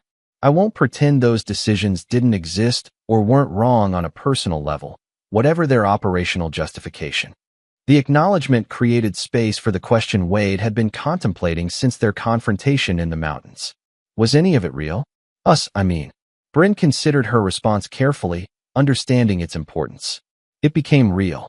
That's the honest truth. What started as operational cover evolved into something I hadn't anticipated, something genuine that complicated my mission and my certainties." "When?" Wade pressed, needing specifics rather than general reassurance. "The Anderson Peak hike," Bryn replied without hesitation. "When you carried that family's child 3 miles down the mountain after she sprained her ankle. The care you showed, the complete absence of hesitation or complaint. I realized then that you were more than your training or your uniform, that the person I was supposed to be using as access to military intelligence was someone I was genuinely coming to care about." The specificity of the memory lent credibility to her claim, a turning point she could identify precisely rather than a convenient generalization. "That was 6 months before we were married," Wade noted. "Yes," Bryn confirmed. "By the time you proposed, I was already compromised, torn between my mission to expose military abuses and my genuine feelings for you. I considered telling you everything then, but feared you wouldn't believe me without evidence I couldn't yet provide." The explanation aligned with what Wade had come to understand about the chronology of Bryn's investigation and the institutional resistance she had encountered. "And after? When I died, and then returned as your hunter?" Pain flickered across Bryn's features. "When you died, I was devastated, both personally and because I believed they had succeeded in eliminating a potential ally. The celebration Westbrook witnessed was theater for whoever might be watching, but the grief behind it was real. And when you realized I was alive?" "Relief, then fear," Bryn admitted. "Relief that you hadn't been killed, fear that you might be working with Lambert to eliminate our operation before the evidence could be released." The honesty of her responses, acknowledging both operational calculations and genuine emotions, created a foundation for potential reconciliation, however tenuous. "Where do we go from here?" Wade asked, the question encompassing both practical circumstances and personal possibilities. Bryn met his gaze directly. "That depends on what you want, Wade. The investigation will continue for months, possibly years. We'll both have roles to play in that process. But beyond professional obligations, the personal path is entirely up to us." "Us," Wade repeated, testing the concept that had been fundamentally altered by recent events. "Is there still an us after everything that's happened?" "I hope so," Bryn replied with uncharacteristic vulnerability. Different than before, obviously. Built on truth rather than necessary deceptions. But possible, if you're willing to consider it. The answer acknowledged both the damage done and the potential for reconstruction, not returning to what was, but potentially building something new from the ruins of mutual deception. I need time, Wade said honestly, to process everything, to separate operational necessity from personal betrayal, to determine what's possible moving forward. I understand, Bryn nodded, neither pushing nor withdrawing. For what it's worth, I'm prepared to answer any questions, provide any information that might help that process. No more operational compartmentalization or need-to-know limitations. The offer of complete transparency represented a profound shift from their previous relationship dynamic, a recognition that true reconciliation required full disclosure rather than managed information. I appreciate that, Wade acknowledged. And I'm willing to try, to see what might be possible between us now that the truth is established. A tentative smile touched Bryn's lips. That's more than I expected. Thank you. As their conversation continued, moving from personal reconciliation to practical considerations about the investigation and their respective roles, Wade recognized both the damage done and the potential for healing. The betrayals on both sides had been real and significant, but so too was the foundation of genuine connection that had developed despite operational parameters.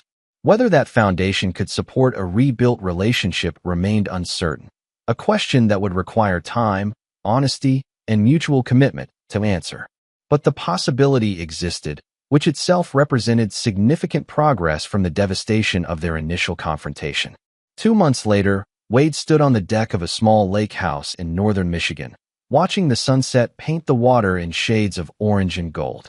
Behind him, the sounds of dinner preparation drifted through open windows, Bryn cooking while engaged in a spirited phone discussion with Rivera about upcoming congressional testimony. The investigation had progressed steadily, if not spectacularly. Lambert and 3 senior officers had pleaded guilty to reduced charges in exchange for testimony against higher-ranking officials. 2 deputy secretaries had resigned rather than face public hearings. Procedural reforms had been implemented throughout military intelligence to prevent similar abuses and ensure proper oversight of covert operations. Not perfect justice, but meaningful progress toward accountability and reform. Wade and Bryn had established a cautious rebuild of their personal relationship alongside their professional cooperation with the investigation.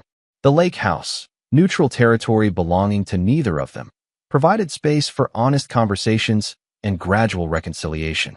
Trust rebuilt slowly, through consistent transparency and demonstrated honesty rather than declarations or promises. They discussed the deceptions openly, both Bryn's long-term cover and Wade's mission to hunt her down, acknowledging the professional necessities while addressing the personal impacts. Some days were easier than others. Some conversations ended in frustrated withdrawal rather than resolution. But the commitment to truth and mutual understanding provided foundation for gradual progress. As the last light faded from the sky, Bryn joined him on the deck, handing him a glass of the whiskey he preferred. Rivera says Lambert's cooperation has yielded 3 more indictments, she reported. Mid-level officers who helped coordinate the cover-up documentation. Wade nodded, accepting both the drink and the information. Progress. Not complete justice, but progress. That's how these things work, Bryn acknowledged pragmatically. Incremental advancement rather than perfect resolution. The observation applied equally to the investigation and their personal relationship, both moving forward through gradual rebuilding rather than dramatic transformation.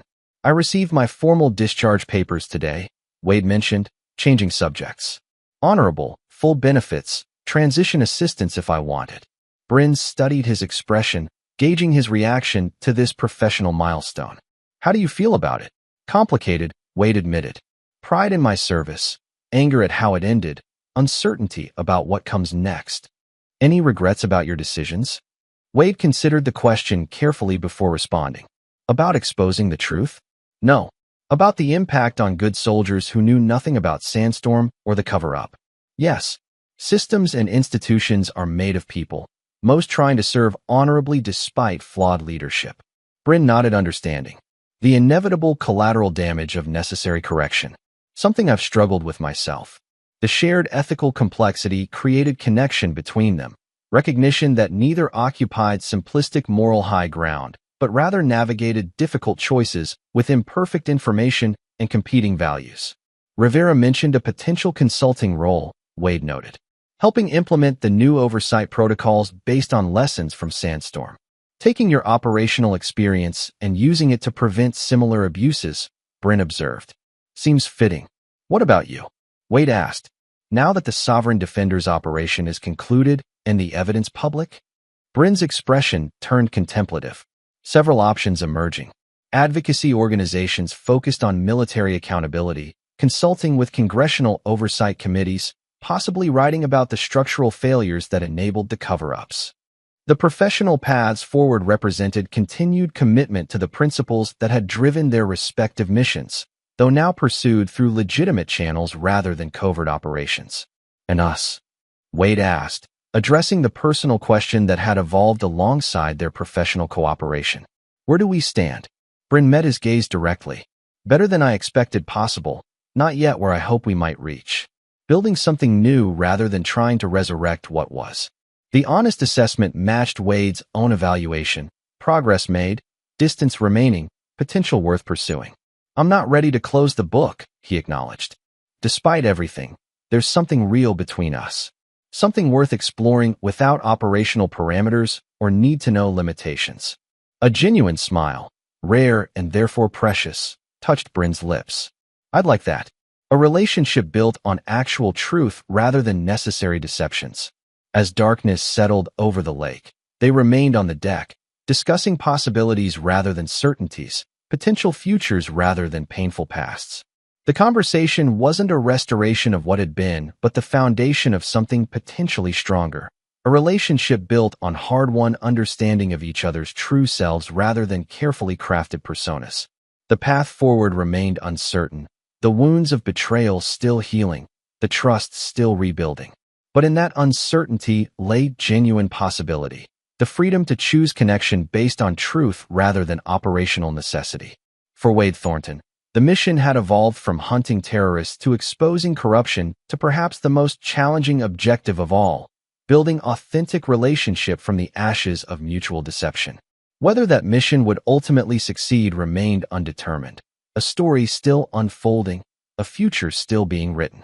But for tonight, in this moment of honest connection beneath the emerging stars, the possibility of success seemed worth pursuing, a mission worthy of his continued commitment and growing hope. The phantom he had hunted had become the person he was choosing to know. The vengeance he had sought had transformed into justice he had helped secure. And the deception that had defined their past had yielded to a truth that might yet define their future. Not perfect resolution, but meaningful progress. Not happily ever after, but potentially happy from here forward. A complex reality rather than a simple ending, much like life itself. This is where our story comes to an end. Share your thoughts in the comments section. Thanks for your time. If you enjoy this story, please subscribe to this channel. Click on the video you see on the screen, and I will see you there.